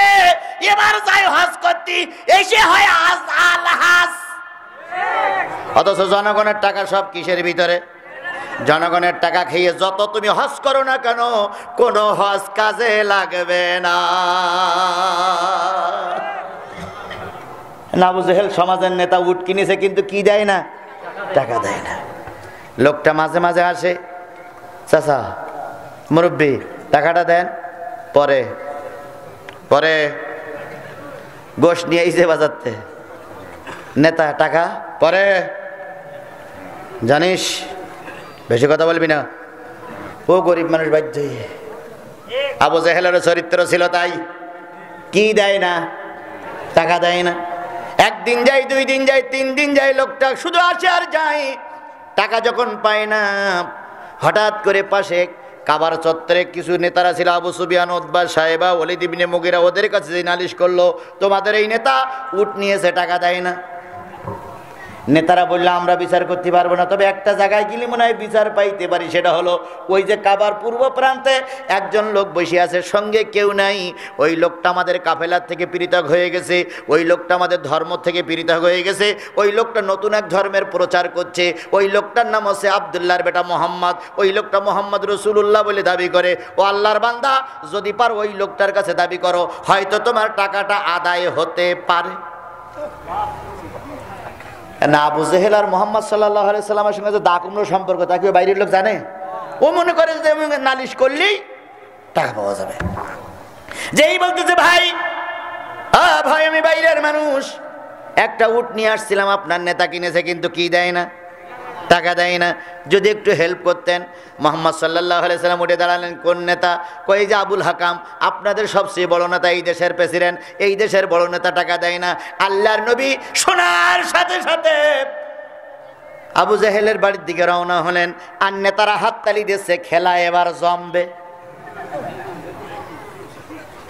দেখেন ক্রিটিসাইজ কোথায়, এরাই পাঠাচ্ছে, আবার এরাই কি করতেছে? হাততালি দিচ্ছে, খেলা এবার জমবে। আল্লাহ নবী চলে গেলেন, ঘরের ভিতরে ঢুকে আবু জাহেলকে ডাকলেন, চাচাজি, মুরব্বী, চাচা। আবু জাহেল কয়, ভাতিজা কি খবর? এই লোকের কাছ থেকে উট কিনেছেন? হ্যাঁ। কতদিন হয়ে গেছে? কয় 3 মাস। টাকা দেন না কেন? দেখেন সাহস কারে বলে। রসুলের ডাইনে বামে পিছনে কোনো লোক আছে? কেউ আছে? কিন্তু কে আছে? আল্লাহ নবী জানে যে আমি বিপদে পড়লে দুনিয়ার কেউ আমার পিছনে না থাকলে আমার পিছনে আমার আল্লাহ আছে। ওয়ালা তাহিনু ওয়ালা তাহজানু ওয়া আনতুমুল আ'লাউনা ইন কুনতুম মুমিনিন। তোমাদের কোনো ভয় নাই, তোমাদের কোনো চিন্তা নাই, মুমিন হয়েছো, ময়দানে নামো, তোমার ডাইনে পিছনে কেউ নাই, আমি আল্লাহই তোমাকে বিপদ থেকে উদ্ধার করব।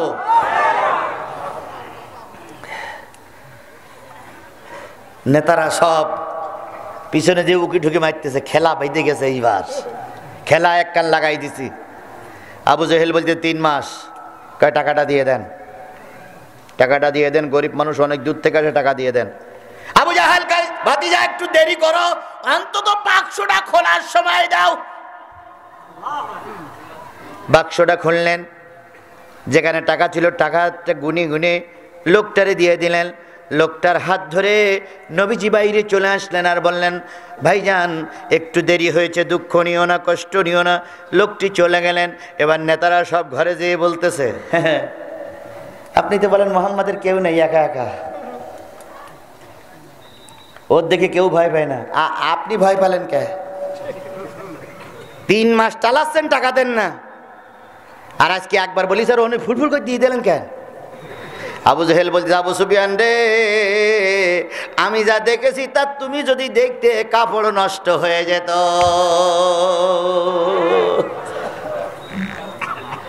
হিসাব করেন, শুধু কিন্তু আমি শোনাতে আসিনি, এর থেকে শিক্ষা নিতে হবে। কথায় বলে শক্তের ভক্ত নরমের।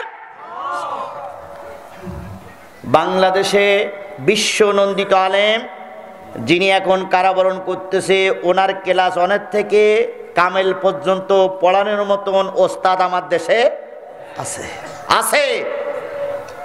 ওনার চাইতে হাজারো শিক্ষিত মানুষ আমার সমাজে আছে, তাদের কথায় কিচ্ছু হয় না, ওনার একটা কথায় হাজারো কাজ হয়েছে। কারণ উনি সত্যের পক্ষে থেকেছে, এই জন্য হকের পক্ষে থাকলে আল্লাহ তার ইজ্জত বাড়িয়ে দেয়। যতই তোমরা ফতোয়াবাজি করো না কেন, এক শনিবারে মাঠ যাবে না, শনিবার আবার আসবে, শনিবার আবার আসবে। যে যা করতেছ রেকর্ড হয়ে আছে, আজ হোক কাল হোক, এ রেকর্ড বাংলার জনগণ বাঁচাবেই বাঁচাবেই বাঁচাবে।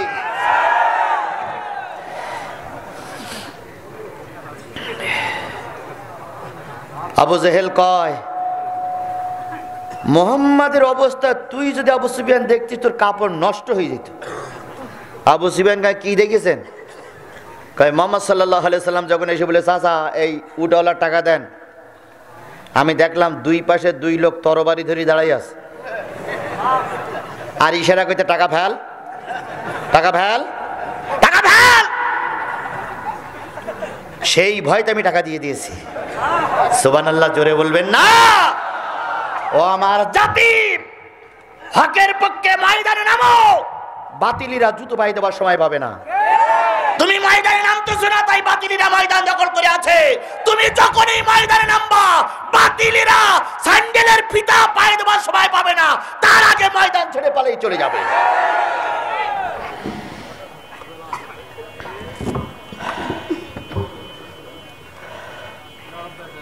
আমি জানি কেরামান কাতিবিন পিছনে সামনে আছে, তারপরও কথা বলতেই হবে, কথা বলতেই হবে। কথা বলেন ঠিক না বে ঠিক? আপনি কথা বলবেন না, আমি বলবো না, তার বলবে কি ফেরেশতা জিবরাইল? আরে জিবরাইলের এমন কি দায় পড়েছে জিবরাইল এখানে এসে কথা বলবে? জিবরাইলের ওয়াজ করার দরকার নেই, ওয়াজ আমাদের করতে হবে, কারণ এই সমাজ পরিবর্তন আমাদেরই করা লাগবে। আমার ভাইরা, আবু লাহাবের হাতে কি পাথর মনে নাই? কাকে মারবে? নবীর দোষ কি? কালেমার দাওয়াত দিয়েছে। তাহলে কালেমার দাওয়াত দেওয়ার কারণে নবী কি খেলো? আজকেও তুমি আর আমি কালেমার দাওয়াত যদি দেই, তুমি আর আমি তাবলীগ যদি করি, তাহলে পাথর আসতে হবে। যদি পাথর না আসে, রাসূলের যে প্রতিবন্ধকতা সৃষ্টি হয়েছিল তোমার আর আমার কালেমার দাওয়াতে, তাবলীগে যদি বাধা না আসে, তাহলে বুঝতে হবে তোমার তাবলীগ আর রাসূলের তাবলীগ এক হচ্ছে না। যে একজনকে আমি একটু বুদ্ধি করি চলি, এই জন্য আমার কিচ্ছু হয় না। কোন মৌলবী রাস্তায় মিছিল করলে পুলিশ পাহারা দেয়, আর কোন মৌলবী রাস্তায় নামলেই পুলিশ ঠ্যাঙের গিরো ছাড়াই দেয়। তাহলে বোঝা গেল এই মৌলবী আর ওই মৌলবী এক নয়। কোন বক্তা ওয়াজ করতে আসে, সামনে এক গাড়ি পুলিশ, পিছনে এক গাড়ি পুলিশ প্রোটোকল দিয়ে নিয়ে আসে, আবার পুলিশিরা চারিপাশে বসে থাকে আর কয় হুজুর চালাই যান, চালাই যান, চালাই যান। আর কোনো বক্তা ওয়াজ করতে আসলে পুলিশ মোড়ে মোড়ে ওত পেতে বসে থাকে, ধরবো হুজুরি ঠ্যাং ছাড়াই ফেলবো। তাহলে বোঝা গেল ওই বক্তা আর এই বক্তা এক বক্তা নয়। কথা কি বুঝাতে পেরেছি? আমার ভাইরা, আল্লাহ নবী সাল্লাল্লাহু আলাইহি সাল্লাম কালেমার দাওয়াত দিলেন, আবু লাহাব পাথর ছুঁড়ে মারল। দুই তিনটা রেওয়াত আসছে, কেউ বলেছে পাথরটা রসুলের সামনে যেয়ে পড়লো, কেউ বলেছে রসুলের গায়ে পাথরটা পড়লো, কেউ বলেছে রসুলের গায়ে লাগি নাই, রসুলকে ভেদ করে পাথর ওদিকে পড়ে গেল। আল্লাহর নবী মর্মাহত হয়ে আকাশের দিকে তাকাই একটু মনে মনে বললেন, আল্লাহ তুমি তো কালেমার দাওয়াত দিতে বলেছো, আবার তুমি পাটকেল খাওয়াচ্ছ, তুমি আমার এই বিপদে ফেলাইছো কেন? আল্লাহ রব্বুল আলামিন নবীর এই মুমূর্ষু অবস্থা, নবীর এই মুখ মলিনটা, নবীর এই মুখ অন্ধকারটা সহ্য করতে পারলেন না। আল্লাহ সঙ্গে সঙ্গে সূরা লাহাব নাজিল করে দিলেন ওই পাহাড়ের চূড়ার উপরে। আরেকটু জোরে বলা যাবে না সুবহানাল্লাহ? আল্লাহ বললেন, তাব্বাত ইয়াদা আবি লাহাবিন ওয়া তাব্বা। আবু লাহাবের দুই হাত ধ্বংস হোক এবং সে নিজেও ধ্বংস হোক। কে বলছে? আরো জোরে বলেন, কে বলছে? আবু লাহাব রসুলের দিকে কি ছুঁড়ে মেরেছে? পাথর ছুঁড়ে মেরেছে। এই জন্য আল্লাহ পাক বদদুয়া দিয়ে বললেন, আবু লাহাব ধ্বংস হোক, নিজে ধ্বংস হোক, তার দুই হাত ধ্বংস হোক, সেও ধ্বংস হয়ে যাক।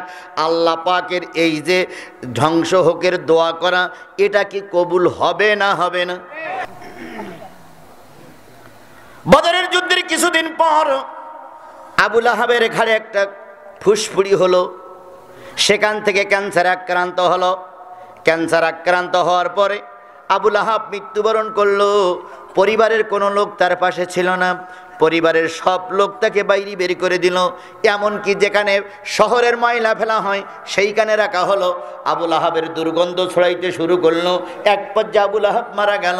মারা যাওয়ার পরে ওইখানে একটা গর্ত খুঁড়ে, প্রতীকীরা তারা গর্ত খুঁড়ে ওখানে ডোমেরা তারা এসে ওর ভিতরে রেখে দিল। এত বড় একজন নেতা, যেই নেতার সম্পদের অভাব ছিল না, মাল সামানার অভাব ছিল না, কোনো জিনিসের অভাব ছিল না, কিন্তু তার সামাজিকভাবে তার দাপন কাপন হয়নি। শিক্ষা নাও জাতি, নবীর পরে বিয়াদবি করার কারণে সমাজে তার সম্মানের সঙ্গে কি হয়নি? মৃত্যু হয়নি। ও জানাজা তার প্রশ্নই ওঠে না। আবুল আহাবের জানাজা হবে, তাহলে শয়তানের জানাজা পড়বে কেটা? জানাজার তো প্রশ্নই ওঠে না। জাতির সঙ্গে বিয়াদবি করার কারণে, নবীর সঙ্গে বিয়াদবি করার কারণে মরার পর তার পরিবারের কেউ তার সঙ্গে ছিল না। বিবি নাই, সন্তান নাই, আত্মীয় স্বজন নাই, পাড়া প্রতিবেশী নাই, কেউ নাই। তাকে কবর দেওয়ার মতন কেউ হলো না। বাইরের ভাড়াইটে মানুষ এসে তার কবর দিল। এটার থেকে শিক্ষা নাও। আজকে আমাদের দেশের বড় বড় নেতারা যাদের কলমের খোসায় বড় বড় আলেমদের ফাঁসি হয়ে গেছে, তাদের মৃত্যুর পরে তার বিবি তার মেয়েও লাশটা দেখার সুযোগ হয় না। শিক্ষা নাও। কোরআন শুধু সেদিনের জন্য না, কোরআন আজকের জন্য। আজকেও কোরআনে যারা হাত দেবা, আবু লেহেবের যে অবস্থা হয়েছে তোমারও সেই অবস্থা হতে পারে। যদি বলেন হুজুর আজকে তো নবী নাই, হাদিস শোনেন। আল্লাহ রাসূল বলেছেন, ফাদলুল আলিমি আলাল আবিদি কাফাদলি আলা আদনাকুম সুম্মা ক্বালা ইন্নাল্লাহা ওয়া মালাইকাতুহু ওয়া হুব্বুল হুদ ওয়া নুমলাতু ফি যুহুরিহা লিসাল্লুনা আলা মুআল্লিমুন নাসিল খায়রা। নবী আমার বলেন, ও আমার জাতি, ও আমার সাহাবীরা, শোনো, তোমাদের কাছে আমার মর্যাদা যেমন, তোমাদের কাছে আমার মর্যাদা যেমন, তার মানে তোমরা সাহাবী, আমি নবী, তোমাদের কাছে আমার মর্যাদা যেমন, শেষ জামানায় এক সাধারণ মানুষের কাছে একজন আলেমের মর্যাদা তেমন।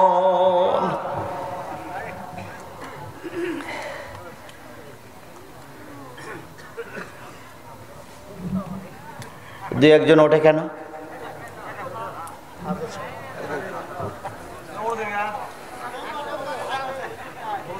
না, আমি তো কোরআনেরই কথা বলতেছি। কিছু কিছু বক্তা আছে, সব লোক চলে গেলেও চোখ বন্ধ করে ওয়াজ করে। ওয়াজ শুরু করে 10,000 লোক নিয়ে, মোনাজাত করে 500 লোক নিয়ে, তাও হুজুরি কোনো যায় আসে না। হুজুর কয় আমার 2 ঘন্টা হলি হয়। কিন্তু আমার কথা হচ্ছে, আমি কার কথা বলতেছি? আমি আগেই বলেছি, আমার ভালো লাগুক আর মন্দ লাগুক, আমার কথা শেষ পর্যন্ত থাকা লাগবে। আপনি যদি না থাকেন তাহলে তখন উঠেননি কেন? এই 10,000 লোকের ভিতর থেকে 3 জন লোক উঠে গেলে আমার ওয়াজের কোনো ক্ষতি হবে না। কিন্তু যে 3 জন লোক যাচ্ছে, নিশ্চয়ই শয়তান ওদের দিকে খুশি হচ্ছে যে ভালো একটা পরিবেশ ছিল, তুই চলে যাচ্ছিস, যা, আমি খুশি হলাম। সুতরাং বেশিক্ষণ আলোচনা করব না। কর্তৃপক্ষকে নির্দেশ করা হয়েছে 12টার আগে শেষ করতে হবে। আর আমিও উঠেছি 9:30টায়। আপনারা সবাই জানেন আমি কতক্ষণ আলোচনা করি, 2 ঘন্টা। তাহলে 9:30টায় যদি আলোচনা হয়, তাহলে 2 ঘন্টা হলে কতক্ষণ হবে? 11:30। ইতিমধ্যে প্রায় 11টা বেজেই গেছে। আর আধা ঘন্টা সময় পেশাব লাগুক, পায়খানা লাগুক, ভালো লাগুক, মন্দ লাগুক, মাহফিলের ময়দান ছাড়া যাবে না। কারণ আপনারা যখন ছেড়ে যাবেন, তখন শয়তানেরা মনে করবে এইবার হুজুরির পর আক্রমণ করি। অবশ্যই ও চিন্তা আমার মাথার ভিতরে নাই। তারপরও বলি, কোরআনের মাহফিল আধা ঘন্টা সময় বসাই লাগবে। পাশের থেকে যদি কেউ ওঠে, জোর করে ফিরে আস্তে করে বসাই দেবেন, ভাই আধা ঘন্টা সময় থাক। আল্লাহ কবুল করুক।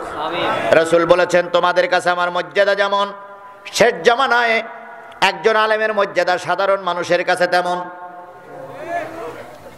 কথা কি বুঝেছেন? নিশ্চয়ই আল্লাহ তার ফেরেশতা, গর্তের পিপিলিকা, সাগরের মাছ, সবাই একজন আলেমের জন্য কল্যাণ কামনা করে। আল্লাহ ফেরেশতারা আলেমের জন্য দোয়া করে। আর হে আমার জাতি, এই জাতির আলেমদেরকে মাইনাস করে রেখে দিয়েছে। আজহারিরে আসতে দেওয়া হচ্ছে না। মামুনুল হক কোথায়? জেলখানায়। তারপরে আমির হামজা জেলখানায়। এরপরে ওই যে বাসা হুজুর রফিকুল ইসলাম মাদানী জেলখানায়। তারপর আরেকটা আছে লাঠি নিয়ে ওয়াজ করে জুনায়েদ আল হাবিবি, তিনিও জেলখানায়। আমরা মনে করেছিলাম আর মনে হয় কেউ জেলখানায় যাবে না, কিন্তু মুফতি কাজী মোহাম্মদ ইব্রাহিম তিনি একজন বাংলাদেশের স্বনামধন্য ব্যক্তি এবং তিনি সকল দলের কাছে প্রিয়। তিনি কোনো দল করেন না, তার কোনো দলের সঙ্গে পরিচয় নেই। কোনোদিন জামাতের মিটিংয়ে তারে আমরা দেখিনি, কোনোদিন হেফাজতের মিটিংয়ে তারে আমরা দেখিনি, কোনোদিন কোনো রাজনৈতিক জনসভায় তারে আমরা দেখিনি। সে সব সময় কোরআন হাদিস গবেষণা করে আর মানুষের কাছে প্রচার করে করে বেড়ায়। সেই লোকটা আজকে বিনা কারণে জেল খেটে বলতেছে, কথা বলেন ঠিক না ঠিক? যেই দেশে আলেমেরা জেল খাটে ওই দেশে গজব আসবে, সময়ের অপেক্ষায় থাকো।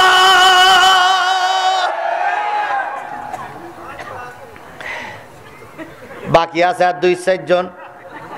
এই 2-4 জন ভিতরে ঢুকলি একতরফা ভাবে খেলা শুরু হবে। কাজী ইব্রাহিমের দোষ কি জানেন তো? কাজী ইব্রাহিম একটা স্বপ্ন দেখেছিল। স্বপ্নটা কি? যে আমি স্বপ্ন দেখতেছি যে এই সমাজে একজন ইউসুফীর আবির্ভাব ঘটবে, সেই ইউসুফীর নেতৃত্বে কোরআন কায়েম হয়ে যাবে। উনি কারোর নাম বলেননি, শুধু বলেছিলেন একজন ইউসুফের। এই কথা বলার কারণে তুই বললি কেন? হাট জেলে হাট। স্বপ্ন দেখলি কেন? স্বপ্ন দেখেও বেচারা বিপদে পড়ে গেছে। এই স্বপ্নের কারণে তারা জেল হয়েছে, তার এখন জামিন হচ্ছে না। ওই কাজী মোহাম্মদ ইব্রাহিম সহ বাংলাদেশের বড় বড় আলেমগুলো জেলখানায় বসে বসে যে দোয়া করতেছে, আল্লাহ ভালো জানে এখন নবী নাই, এখন নবীর উত্তরসূরিরা জেল খাটে। আল্লাহ ভালো জানে তাদের দোয়া কখন কিভাবে কবুল হয়ে যায়। এই জন্য জাতির কাছে অনুরোধ করি, আলেমদের সঙ্গে বিয়াদবি করবেন না। আমি যতগুলো জেলা ঘুরেছি, জয়পুরহাটের মানুষের কথা আমি বারবার স্মরণ করি, বারবার বলে বেড়াই। আমি যতটুকু জানি, জয়পুরহাটের মানুষেরা আলেমদের সম্মান করে। জয়পুরহাটের মানুষেরা আলেম দেখলি সালাম দেয়। জয়পুরহাটের নারীরা এখনো বোরকা পরে রাস্তায় ঘুরে বেড়ায়। জয়পুরহাটের নারীরা এখনো পর্দা করে ঘুরে বেড়ায়। জয়পুরহাটের নারীরা সাধারণত বেপাত্তায় চলাফেরা করে না। জয়পুরহাটের মুসলমানদের পরে আমার একটা বিশ্বাস আছে। সুতরাং আমার জাতি সকলের কাছে দাবি করে গেলাম, আলেমদের সঙ্গে ভালো ব্যবহার করুন, আলেমদের বদদোয়া নিবেন না। আলেমরা বদদোয়া করলে নবীর দোয়ার মতন কাজে লাগে। আবু লাহাবের জন্য রসুল বললেন, তোর স্বাভাবিক তোর ধ্বংস হোক, তোর হাতও ধ্বংস হোক। আবু লাহাব ধ্বংস হয়ে গেল। সুতরাং আজকেও যদি কেউ উল্টো পাল্টা করেন, ধ্বংস হবে। সময়ের অপেক্ষায় থাকেন। মা আগুনা আনহু মালুহু ওয়া মা কাসাব। আবু লাহাব যখন, রসুল যখন বলতো তুমি ধ্বংস হবা, তখন আবু লাহাব বলতো আমার এত সম্পদ, এত টাকা পয়সা, এত ছেলে মেয়ে, এত বিবি বাচ্চা, আর মোহাম্মদ বলতে আমি ধ্বংস হয়ে যাব। মোহাম্মদ তোমার আল্লাহ আমার কিছু করতে পারবে না, তোমার আল্লাহ যদি আমার দোজকে দেয় টাকা দিয়ে ভেস্তে কিনে নেব। কত বড় ক্রিটিসাইজের কথা হিসেব করে দেখেছেন? আবু লাহাব বলতো তোমার আল্লাহ যদি আমার কিসে দেয়, দোজকে দেয়, তা টাকা দিয়ে কি করব? ভেস্তে কিনে নেব। আবু লাহাব রাসূল পাক সাল্লাল্লাহু আলাইহি সাল্লামের বাড়ির পাশের লোক। আবু লাহাবের 2 ছেলের সঙ্গে রসুলের 2 মেয়ে বিয়ে দিয়েছিলেন প্রাথমিক যুগে। যখন কালেমার দাওয়াত দিয়ে আসলো আর এই সূরা যখন নাজিল হলো, আবু লাহাব তখন ভয় পেয়ে গেল। আল্লাহর বদদোয়া কাজে লাগবেই লাগবে, আল্লাহর বদদোয়া কাজে লাগবেই লাগবে, আল্লাহর বদদোয়া কাজে লাগবেই লাগবে। 2 ছেলেরে পাঠালো, যাও নবীরে বলো হয় কালেমার দাওয়াত বন্ধ করুক, নতুবা মেয়ে ছেড়ে দিতে হবে। 2 ছেলে 12টায় বা গেছে, মোহাম্মদ কালেমার দাওয়াত ছাড়বা, বাবের ধর্মে ফিরে আসবা, না তোমার অপমান হবা। আল্লাহ রসুল ডাক দিয়ে বললেন, তোমার আব্বারে জি বলো, পৃথিবীর সব শক্তি যদি আমার মোকাবেলা করতে আসে, আমাকে যদি মৃত্যু হতে হয়, আবারও যদি জিন্দা হতে হয়, আবারও যদি মৃত্যু হতে হয়, আবারও যদি জিন্দা হতে হয়, যতবার মৃত্যুবরণ করব, যতবার জিন্দা হব, ততবার কালেমার দাওয়াত দিয়ে বেড়াবো। আবু লাহাবের 2 ছেলে রসুলের মুখে থুতু দিল। রসুলের মুখে কি দিয়েছে? থুতু দিয়েছে। কেউ কেউ বলেছে রসুলকে মেরে রক্তাক্ত করেছে। রক্তাক্ত করে 2 ছেলে যখন উতবা উতাইবা যখন ঘরে ফিরে আসলো, নবীজি কাঁদতেছে। কেউ কেউ বলেছেন আবু লাহাবের ঘরে এসেছিলেন নবী, আর ওই সময় 3 বাপ বেটাই মিলে রসুলকে পিটাইছে, রসুলকে আহত করেছে। রসুল ভারাক্রান্ত মন নিয়ে ঘরের ভিতরে ঢুকেছে। কেউ বলেছেন 2 মেয়েকে তালাক দিয়ে যখন ঘরে পাঠানো হলো, তখন রসুল প্রতিবাদ করার জন্য শুনতে এসেছিল, আমি যদি অন্যায় করে থাকি এর জন্য আমি শাস্তি পাবো, তার জন্য মেয়েরে তালাক দিলে কেন? আপনার জয়পুরহাটের ঘটনা আমি যতটুকু শুনেছি, বাপেরে পাইনি, ছেলেরে ধরে নিয়ে রিমান্ডে দেশ। অন্যায় করেছে বাপ, ছেলে রিমান্ডে যাবে কেন? চুরি করেছে বাপ, শাস্তি হবে বাপের, ছেলে জেল খাটবে কেন? এটা কোন দেশের আইনই নাই, তারপরেও চলতেছে। কথা বলেন ঠিক না বেঠিক? রাসূল পাক সাল্লাল্লাহু আলাইহি সাল্লামের 2 মেয়েকে তালাক দিল। নবী শুনতে এসেছেন, আমার 2 মেয়েকে তালাক দিলে কেন? যেহেতু যদি দুষ্করি থেকে আমি করেছি, 2 মেয়ে তো কোনো অন্যায় করিনি। এই কথা প্রতিবাদ করতে আসার কারণে 3 জনে ফেলে পিটাইছে, 3 জন অপমান করেছে। আবু লাহাব, উতবা আর উতাইবা। নবীজি মন নিয়ে রক্তাক্ত হয়ে থুতুমুখী নিয়ে ঘরের ভিতরে গেছে। আবু লাহাব ডাক দিয়ে বলল, আবু লাহাব ডাক দিয়ে বলল, তাড়াতাড়ি যা, যেয়ে দেখ নবী কি দোয়া করে, কারণ দুনিয়ার কোন দোয়া কবুল হোক আর না হোক, নবীর দোয়া কবুল হবে। এ বিশ্বাস এখনো আমাদের আছে না নাই? যদি নাই থাকবে, বাপ মরে গেলে তুমি দোয়া করবা, হুজুর ডাকো কেন? বাপ মরে গেলে নিজে দোয়া করে না, কার্ড ডেকে নিয়ে আসে, হুজুর ডেকে নিয়ে আস। তুমি একজন চেয়ারম্যান, তুমি একজন এমপি, তুমি একজন এসপি, তুমি একজন ডিসি, তুমি একজন মন্ত্রী, বাবা মারা গেছে, জানাজা তুমি পড়ো। কিন্তু উনি পড়ে না, বরং মসজিদের হুজুরের ডেকে নিয়ে কয়, হুজুর জানাজাটা আদায় করে দিন। তাহলে বোঝা গেল মৌলবীদের পরে এখনো বিশ্বাস আছে, মৌলবীদের দোয়া আল্লাহ কি করে না, ফেরাই দেয় না। এই জন্য মৌলবীদের দিয়ে দোয়া করি। জানাজা একটা দোয়া, আল্লাহুম্মা গফিরলি হাইয়িনা ওয়া মাইয়িতিনা ওয়া শাহিদিনা ওয়া গায়বিনা ওয়া সাগিরিনা ওয়া কবিরিনা। এখনো পর্যন্ত মানুষের বিশ্বাস আছে মৌলবী দোয়া করলে কাজে লাগবে, মৌলবী জানাজায় দোয়া করলে কাজে লাগবে, মৌলবী দোয়া করলে কাজে লাগবে। এই জন্য মৌলবী ডেকে আনো। রাসূল পাক সাল্লাল্লাহু আলাইহি সাল্লাম আবু লাহাবের ঘরের থেকে যখন নিজের ঘরে ঢুকলেন, আবু লাহাবের বিশ্বাস রসুল যা দোয়া করবে কাজে লাগবে। 2 ছেলের পাঠাই যেই দেখদিন কি কয়, নবী ঘরের ভিতরে গেছে, নবীর মেয়েরা, নবীর স্ত্রী সবাই মিলে রসুলকে সান্ত্বনা দেয়। নবী আকাশের দিকে তাকাই বিড় বিড় করে বলে, আল্লাহ আল্লাহ, আমি তো চুরি করিনি, আমি তো ডাকাতি করিনি, আমি তো মিথ্যা সাক্ষী দেইনি, আমি তো কারোর সম্পদ হরণ করিনি। আমি তোমার কোরআনের দাওয়াত দেওয়ার কারণে, আমি তোমার কোরআনের দাওয়াত দেওয়ার কারণে আজকে আমি বিপদে পড়েছি। আজকে আবু লাহাবের গোষ্ঠীরা আমাকে মেরেছে। আয় আল্লাহ, আমি তোমার কাছে ফরিয়াদ করতেছি মাওলা, যারা আমাকে মেরেছে, অপমান করেছে, তোমার গজব দিয়ে তাদেরকে পাকড়াও করো।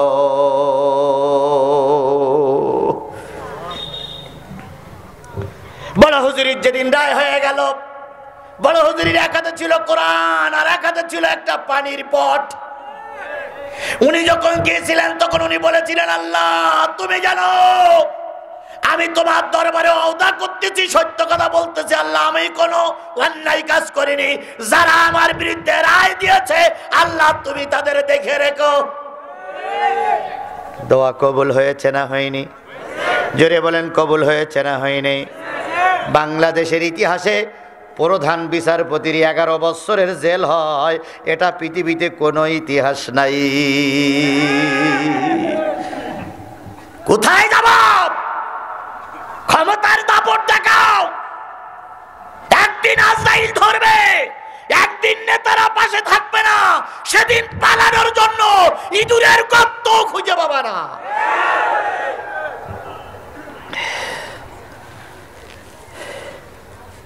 কোনো রোগ ব্যায়াম নেই, ক্যান্সারের রোগী বানাই বিদেশে পাঠানো হইল। শেষ পর্যন্ত কয় বছরের জেল? 11 বছরের জেল। আবু লাহাব ডাক দিয়ে বলে, তাড়াতাড়ি যা, কি দোয়া করে শোন। নবী দোয়া করতেছে, আল্লাহ যারা আমাকে মারল, যারা আমার গায়ে আঘাত করেছে, আল্লাহ তোমার গজব দিয়ে তাদেরকে ধরো, হিংস্র জানোয়ার দিয়ে তাদেরকে পাকড়াও করো। আবু জেহেল ছিল খুব, আবু লাহাব ছিল খুব চালাক মানুষ। আবু লাহাব এসে বলতে, সর্বনাশ। নবীজির মুখ থেকে দোয়া বাহির হতে যতক্ষণ লেগেছে, তার আগে দোয়া মালিকের দরবারে কবুল হয়ে গেছে। খুব সতর্ক অবস্থায় থাকিস, হুজুরির দোয়া বলে বৃথা যাবে না। হাজার হাজার লোক নিয়ে দোয়া করেছে, জানো, খবরদার সতর্ক থাকিস। আবু লাহাব সতর্ক অবস্থায় বাচ্চাদেরকে নিয়ে চলাফেরা করে, ব্যবসায় যাচ্ছে। ব্যবসায় যেতে যেতে হঠাৎ করে রাত হয়ে গেছে। আবু লাহাব চিন্তা করল, নবী মুহাম্মাদের দোয়া কখন জানি কাজে লাগে, কখন জানি কাজে লাগে, কখন জানি কাজে লাগে। ব্যারিকেড তৈরি করেছে, প্রথম সন্তানগুলোরে ঘুম পাড়ালো, তারপরে মাল সামানা দিয়ে ব্যারিকেড দিল, তারপরে সেনাবাহিনী যা ছিল তা দিয়ে ব্যারিকেড দিল। আবু লাহাব সারা রাত জেগে জেগে পাহারা দিচ্ছে, নবীর দোয়া যেন এই পার্কের ভিতরে ঢুকতে না পারে। আমার ভাইয়েরা, ব্যারিকেড তৈরি করা হলো। আবু লাহাব সারা রাত জেগে জেগে চৌকিদারের দায়িত্ব পালন করে। নবীর দোয়া কাজে লেগে গেছে। সূরা লাহাব। হঠাৎ করে বাঘের গর্জন আসলো। আবু লাহাব সকল সৈনিককে ডেকে দিল, দেখো তো, মনে হয় এই বুঝি কুকুর আসলো, এই বুঝি বাঘ আসলো, এই বুঝি কুকুর আসলো, এই বুঝি বাঘ আসলো। সকলে মিলে জেগে দেখলো কিচ্ছু না। আবার ঘুম পড়েছে, আবার কুকুরের গর্জন, বাঘের গর্জন। তৃতীয়বার যখন আবু লাহাব তার সেনা নিয়ে ঘুম পড়েছে, দুই ছেলে মাঝখানে, সেখান থেকে একটা জঙ্গলের থেকে হিংস্র জন্তু চলে আসলো। হিংস্র জন্তু চলে এসে ওই দুইটারে কাঁধে কামড় দিয়ে নিয়ে চলে গেল। রসুলের সঙ্গে বিয়াদবি করেছো, রসুলের মুখে থুতু দিয়েছো, রসুলের গায়ে আঘাত করেছো, রসুলের বিরুদ্ধে বিষাদগার করেছো, রসুলের বিরুদ্ধে মিথ্যা কথা বলেছো। দুনিয়ার সবাই ক্ষমা করতে পারে, আমার আল্লাহ ক্ষমা করতে। ধরে নিয়ে গেল জঙ্গলের ভিতরে। আবু লাহাব ঘুমায় আছে। সকালবেলা আবু লাহাব ঘুম থেকে দেখে সন্তান দুটো নেই। গেল কই?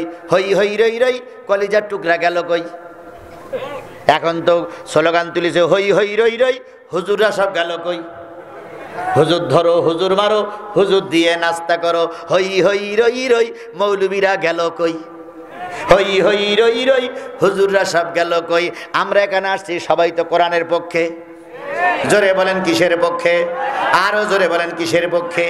তাহলে আমরা এই জনগণ আসছি কোরআনের পক্ষে, কোরআন শোনার জন্য। কথা বলেন ঠিক না ঠিক? এবার আপনাদের বলি, যারা আপনারা কোরআনের শত্রু, আপনারা 3 জন মিনিস্টার, 3 জন মন্ত্রী আসেন আর মাইকিং করেন, মাইকিং করি এতগুলো লোক এক জায়গায় করেন, তো দেখি আপনাদের জনপ্রিয়তা বেশি না কোরআনওয়ালাদের জনপ্রিয়তা বেশি? চ্যালেঞ্জ করে গেলাম আপনাদের কাছে, মন্ত্রী নিয়ে আসেন, যে কোনো মন্ত্রী হোক। কারোর কোনো টাকা দিবেন না, কারোর কোনো পয়সা দিবেন না, জোর করবেন না। সদ ইচ্ছায়, নিজের আপন ইচ্ছায় মাঠে জনসভা করে আপনার পক্ষের লোক কত আছে, আপনি এরকম এতগুলো লোক এক জায়গায় করে দেখাই দিয়ে তারপর বলেন যে আমরা জনপ্রিয় ব্যক্তি। আর আমরা কোরআন শুনতে এসেছি, আরো কি দিয়ে গেলাম? টাকা দিয়ে গেলাম। এর নাম কোরআন প্রেমিক। কথা বলেন ঠিক না ঠিক? এর নাম কোরআন প্রেমিক। কোন মন্ত্রী যদি জয়পুরহাট আসে আর এতগুলো লোক এক জায়গায় করে সমাবেশ করতে গেলে এর চেয়ে বেশি পুলিশ লাগবে।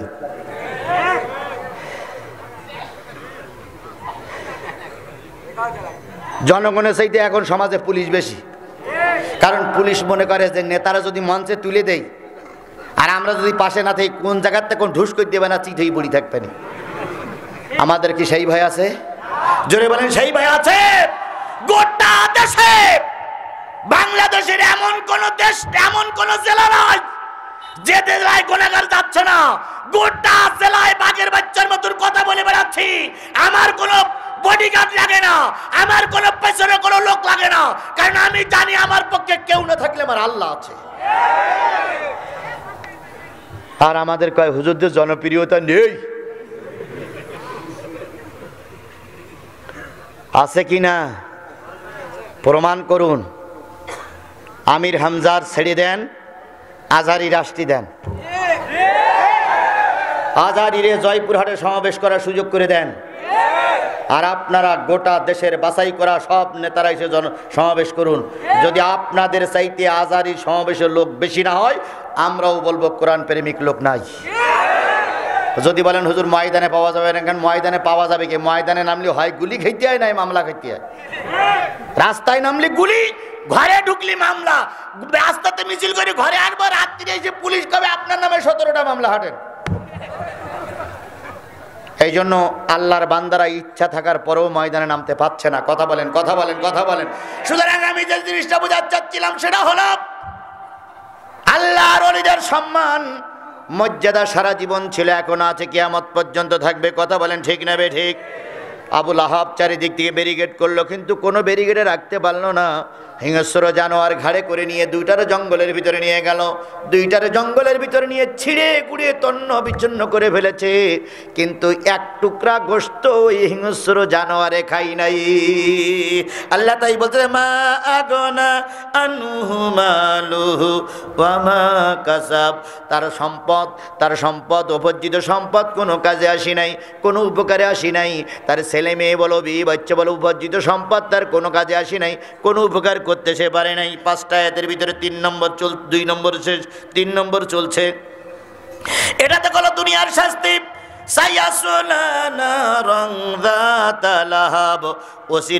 অতি তাড়াতাড়ি সে লেলিহান অগ্নিতে প্রবেশ করবে। কে? জোরে বলেন, লোকটা কে? আবুল আহাব। অতি তাড়াতাড়ি সে লেলিহান শিগায় প্রবেশ করবে। কোন দিন? কিয়ামতের দিন। কোন দিন? পৃথিবীতে লাঞ্ছিত অপমানিত হয়ে মৃত্যুবরণ করেছে। এত নেতার জানাজা হয়, তুমি নেতা, তোমার জানাজা হয় না। এত নেতার সম্মানের সঙ্গে স্যালুট দিয়ে কবর দেয়, তোমার কবর দেয় না।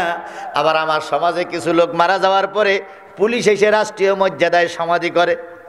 আরামে দাঁড়া, শাহ দিতেই পারে, কারণ তুমি সম্মানিত লোক। কিন্তু আমার আল্লাহর বক্তব্য হচ্ছে, ইন্নামা আকরামাকুম ইনদাল্লাহি আতকাকুম। তোমার সমাজে যত সার্টিফিকেট থাকুক না কেন, যদি আমল ভালো না থাকে, কবরে কোনো সার্টিফিকেট কাজে লাগবে না। নেতা মারা গেছে, তুমি স্যালুট দাও, দিতেই পারো, কারণ সমাজের বড় নেতা। স্যালুট দিয়ে কবরে দিলে যদি কবরের উপযুক্ত না হয়, এর চাইতে বড় স্যালুট দেওয়ার জন্য ফেরেশতারা অপেক্ষা করতেছে। ফেরেশতারা শুধু বলে একটু 40 কদম সরিয়ে যা, তারপরে স্যালুট আমরা দেব।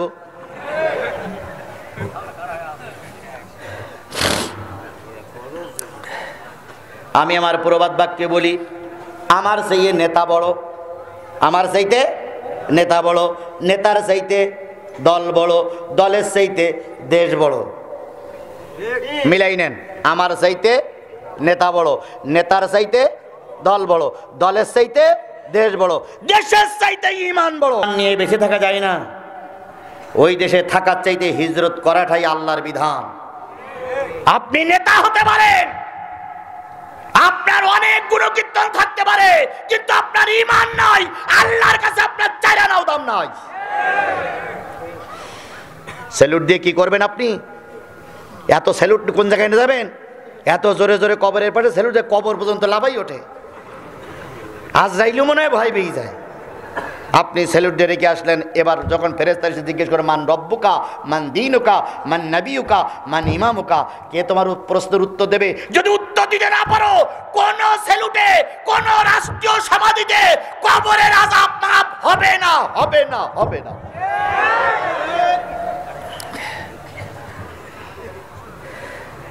কি আপনারা বেশি আছেন তো? 2-1 লোক মনে করছে কি হয়, কি কিচ্ছু হবে না। কি হবে? আমি এদেশের নাগরিক না, আমি এদেশের মানুষ না, আমি কি ভারত থেকে পাসপোর্ট করে ওয়াজ করতে আইছি নাই? তাই কি হবে, কি হবে চিন্তা ভাবনা করতেছেন? কি হবে? কিচ্ছু হবে না। শেষ পর্যন্ত একটা জিনিস হতে পারে, সেটা মৃত্যু। আর তোমার আমার মৃত্যুটা যদি কোরআনের জন্য হয়, ওটাই আমার জন্য এনাফ, তোমার জন্য এনাফ, ওটাই আমার জন্য যথেষ্ট, তোমার জন্য যথেষ্ট। আমার ভাইয়ের, আল্লাহ রাব্বুল আলামিন বললেন, শোনো, এই পৃথিবীতে তুমি লাঞ্ছিত হয়ে মৃত্যুবরণ করলে, কারণ তুমি নবীর দিকে পাথর ছুঁড়ে মেরেছো। মনে আছে তো? আর তোমার ছেলেরা মৃত্যুবরণ করলো লাঞ্ছিত অবস্থায়, কারণ তোমার ছেলেরা কার অপমান করেছে? নবীর অপমান করেছে। এটা তো গেল দুনিয়া। সাইয়াসলা নারাং যাতা লাহাব, অচিরেই তুমি যখন মৃত্যুবরণ করবা, তুমি যখন কবরে যাবা, তোমার ছেলেরা যখন কবরে যাবে, উত্তম অগ্নিতে তোমাদেরকে, ওই যে চরম অগ্নিতে, খুব কঠিন অগ্নিতে তোমাদেরকে পোড়ানো হবে। এবার কিন্তু আসল কথা আসতেছে। শুধু তুমি নয়, এতক্ষণ তো ছেলের কথা হলো, বাবার কথা হলো, এবার বাকি আছে আসল মহিলা। এবার কিন্তু আসল কথা। তাই আল্লাহ রাব্বুল আলামিন বলতে শুধু তুমি নয়, আমরাতুহু, তোমার স্ত্রী ওর ভিতরে ঢুকবে। আচ্ছা, আল্লাহ পাক এতক্ষণ দেখলো ছেলের বাপের, এখন আবার স্ত্রী দেখতেছ কেন? হাম্মালাতাল হাতাব, যে ইন্ধন বহন করে, তার মানে আবুল আহাব যখন কাজ করত, আবুল আহাবের পক্ষে সাহায্য করত তার স্ত্রী। নাম কি? না, উম্মে জামিল। নাম কি? উম্মে জামিল। উম্মে জামিল মানে কি? জামিলুন মানে কি? সুন্দরী। আর উম্মুন মানে হলো মা, সুন্দরীদের মা। তাহলে বোঝা গেল এ নারীও দেখতে খুব। ও নারী, এবার ভালো করে শোনো। এতক্ষণ পুরুষের ওয়াজ হলো, এবার মায়েরা শোনো। তুমি নারী, তুমি অহংকার করতেছ, কিন্তু তোমার চাইতে বড় অহংকারী ছিল আবুল আহাবের স্ত্রী। চেহারা কিন্তু কম ছিল না, শিক্ষিতও কম ছিল না। এই নারী ছিল আবু সুফিয়ানের বোন। আবু সুফিয়ানের বোন। এই নারী খুব উচ্চ বংশের মানুষ। রাসূল সাল্লাল্লাহু আলাইহি সাল্লাম যখন কালেমার দাওয়াত দেওয়ার জন্য রাস্তায় নামতেন, এই নারী তখন রাস্তায় কি পুঁতে রাখতো? কাঁটা পুঁতে রাখতো। ওই কাঁটা যখন মুহাম্মাদের পায়ে ফুটতো, ওই নারী তখন আনন্দ পেত। আজকেও দেখতেছি হুজুররা যখন বিপদে পড়ে, এই উম্মে জামিলের মতন কিছু নারী আছে, এরাও আনন্দ পায়। ওরে, ওই উম্মে জামিল মারা গেছে, উম্মে জামিলের উত্তরসূরি গোটা পৃথিবীতে আছে, আমার বাংলাদেশেও।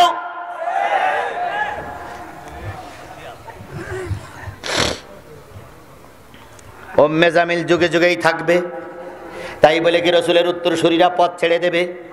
কাঁটা ফুটবে, কাঁটা বাহির করবে, হাসি মুখে কাঁটাগুলো ছেড়ে দেবে, আবার উম্মতের আবার পথ চলা শুরু করবে। আর এই বলে স্পষ্ট করে ঘোষণা করবে, রাত পথ যতই শক্ত হোক, চলা বন্ধ হবে না। শিক্ষা নিতে হবে জাতি, শুধু অশুনলে হবে না।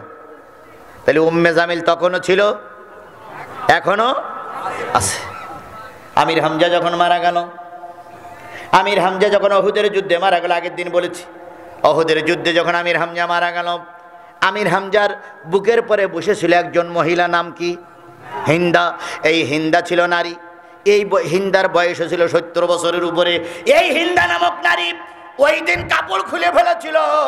পরনে কোনো কাপড় ছিল না, গায়ে কোনো কাপড় ছিল না, ন্যাংটি হয়ে ওই হিন্দা নামক মহিলা আমির হামজার বুকের পরে বসলো। ন্যাংটা মহিলা যদি পুরুষ লোকের বুকের পরে বসে, দেখতে কত বিশ্রী দেখা যায়, কত খারাপ দেখা যায়। আর আমির হামজা ছিল আল্লাহ রসুলের আপন চাচা, জান্নাতি মেহমান। আমির হামজার বুকের পরে ওই ন্যাংটা মহিলা বসে বলল, বুকটা চিরে ফেললো, নিজের হাতে চিনল, চেরার পরে কলিজাটা বাহির করলো। ওই হিন্দা কলিজা চিবাইতে শুরু করলো আর বলল, বদরের যুদ্ধের প্রতিশোধ নিচ্ছি। আজকেও আমাদের দেশের কিছু ওই জাতীয় নারীরা কয়, অমুক সময়ের প্রতিশোধ নিচ্ছি। আল্লাহর কসম, যদি প্রাণের ভিতরে ওই প্রতিশোধ স্প্রিয়া থাকে, আজও কাল হোক অপমানিত হয়েই দুনিয়ার থেকে বিদায় নেওয়া লাগবে।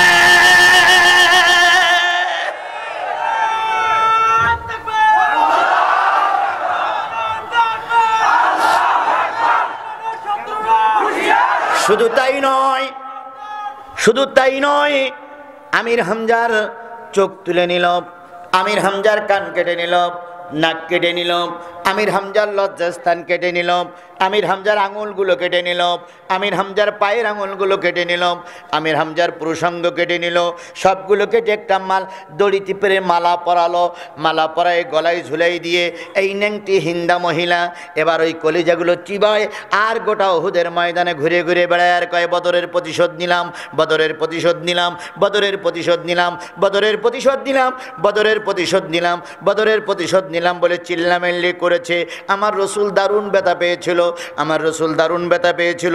এই হিন্দা যখন তার ভুল বুঝতে পেরেছিল, হিন্দা যখন তার ভুল বুঝতে পেরে রসুলের কাছে কালেমা পড়ার জন্য এসেছিল, আল্লাহর নবী আবু সুফিয়ান আর হিন্দার সম্পর্কে বলেছিল, তোমরা কালেমা পড়েছ, হয়তো তোমাদের জীবনের সব গুনাহ আল্লাহ মাফ করে দিবে, কিন্তু তুমি যখন আমার সামনে আসো আমি যেন স্পষ্ট দেখতে পাই আমার চাচা আমির হামজা বলতেছে আমি কি অন্যায় করেছিলাম, তোমরা আমার কলেজাটা বেরি করে চিবাইয়ে চিবাইয়ে খেয়েছো, আমি কি অন্যায় করেছিলাম যার কারণে উহুদের ময়দান আমার মৃত্যুর পরে কলেজা বেরি করে খেয়েছো।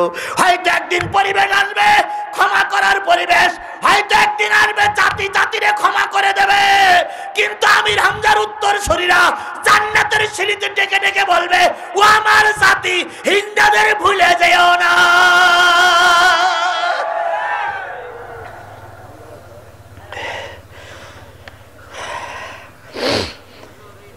আল্লাহ আল্লাহ বোঝার তৌফিক দিক।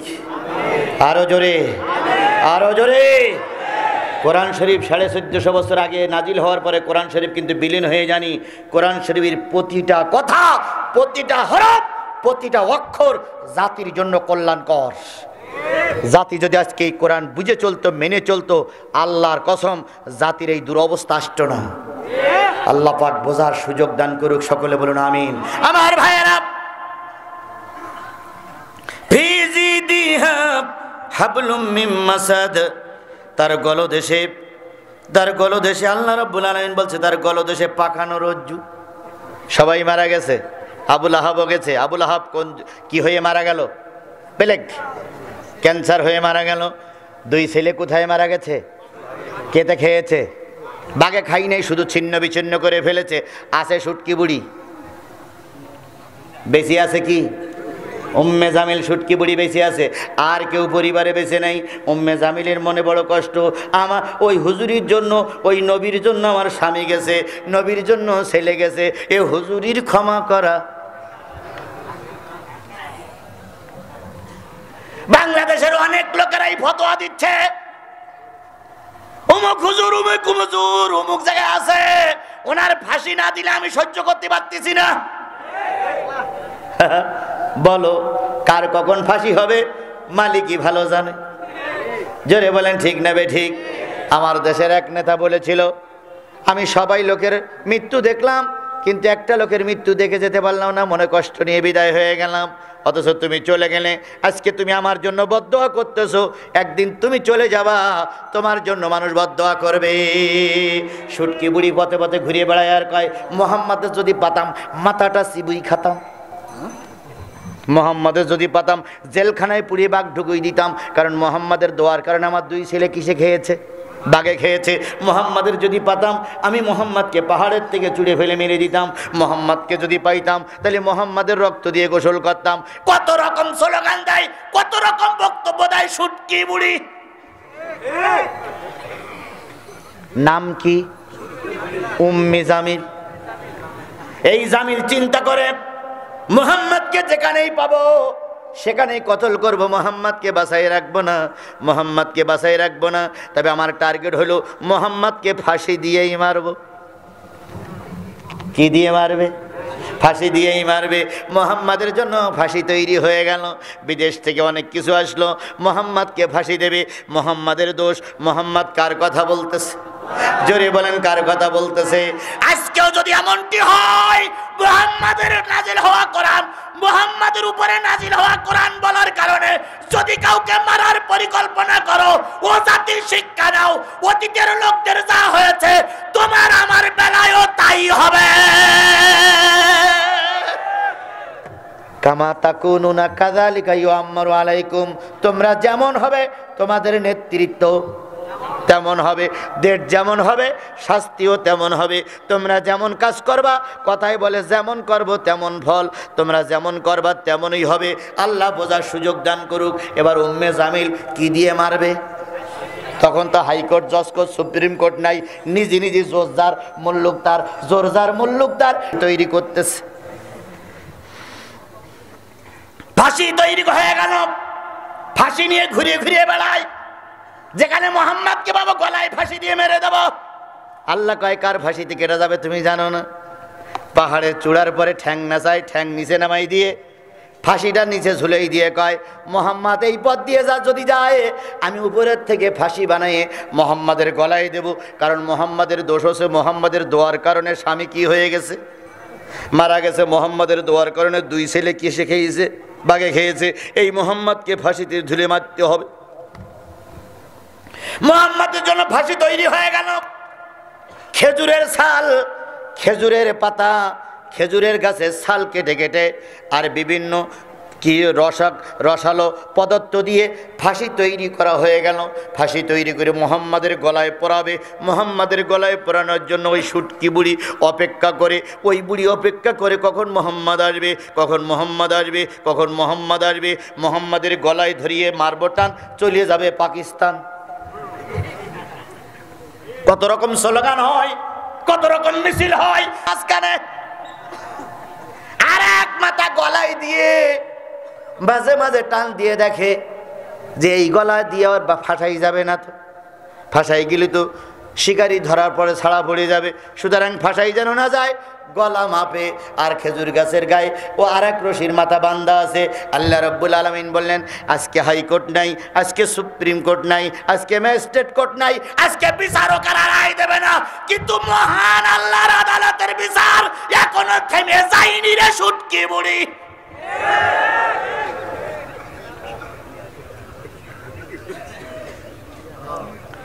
দুনিয়ার সব আদালতের রায় অন্যদিকে যেতে পারে, আল্লাহর আদালতের রায় সঠিক পথে ছাড়া বেঠিক পথে যায় না। গলায় রশি পরাইয়ে পরীক্ষা করে রশি কি হয়, রশি কি হয়। আল্লাহ রাব্বুল আলামিন বলে পাহাড়ে আত্মসহ্য করা যায় না, 3টেরে ধরেছি, এটারও তো ধরা লাগে, একটু নাড়া দে। পাহাড় একটু নাড়া দিল। গত শুক্রবারে কি হলো, একটু ভূমিকম্প হয়ে বুঝাই দিল বান্দারে ফিরিয়ে আয়, নতুবা বড় ভূমিকম্প আসবে। একটু ভূমিকম্প দিল, পাহাড় কেঁপে উঠল, সুটকি বুড়ি ঝুলে পড়ল। হা কার গজব, জোরে বলেন কার গজব। সুটকি বুড়ি ঝুলে পড়ল। ঝুলে যখন পড়ে তখন ঝুলে পড়ে ক্যা ক্যা করতেছে, বিড়ালের বাসার মতো কাউ কাউ করে আর কয় ও আসমানের মালিক, জমিনের মালিক, নবীর দোয়া সব জায়গায় কাজে লেগে গেল।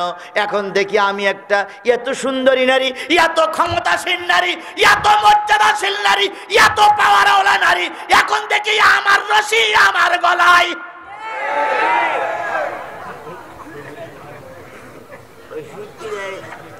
আমার রশি আমার দড়ি আমার গলায়। ও তখন পায়খানা করে আর পেশাব করে আর বলে আল্লাহ যদি জানতাম আমার বানানো রশিতে আমাকে ঝুলতে হবে, আমি মুহাম্মাদের বিরুদ্ধাচরণ করতাম না। হয়তো একদিন বিবেক ফিরে আসবে, কিন্তু সেদিন কোনো কাজে লাগবে না, হয়তো লাগবে না। তওবার দরজা মৃত্যুর আগ পর্যন্ত। এই জন্য আমরা তওবা করি, আজকের এই বিশাল কাফেলার কাছে দোয়া করি, বিশাল কাফেলার কাছে অনুরোধ করি আমরা এইরকম অত্যাচারী না হই, জুলুমবাজ না হই, যারা জুলুম করতেছে তাদের সাপোর্টে না যাই। আমরা যতদিন বেঁচে আছি কিসের সাপোর্টে? জোরে বলেন না কিসের সাপোর্টে? কারা কারা কোরআনের সাপোর্টে আছেন? 2 হাত উঁচু করে আল্লাহরে দেখান। লিল্লাহে তাকবীর, লিল্লাহে তাকবীর। আল্লাহ পাক মৃত্যুর আগ পর্যন্ত সকলকে কোরআনের জন্য কবুল করুন। আরো জোরে, আরো জোরে, আরো জোরে। আমা তৌফিক ইল্লা বিল্লাহ। আসসালামু আলাইকুম ওয়া রাহমাতুল্লাহ।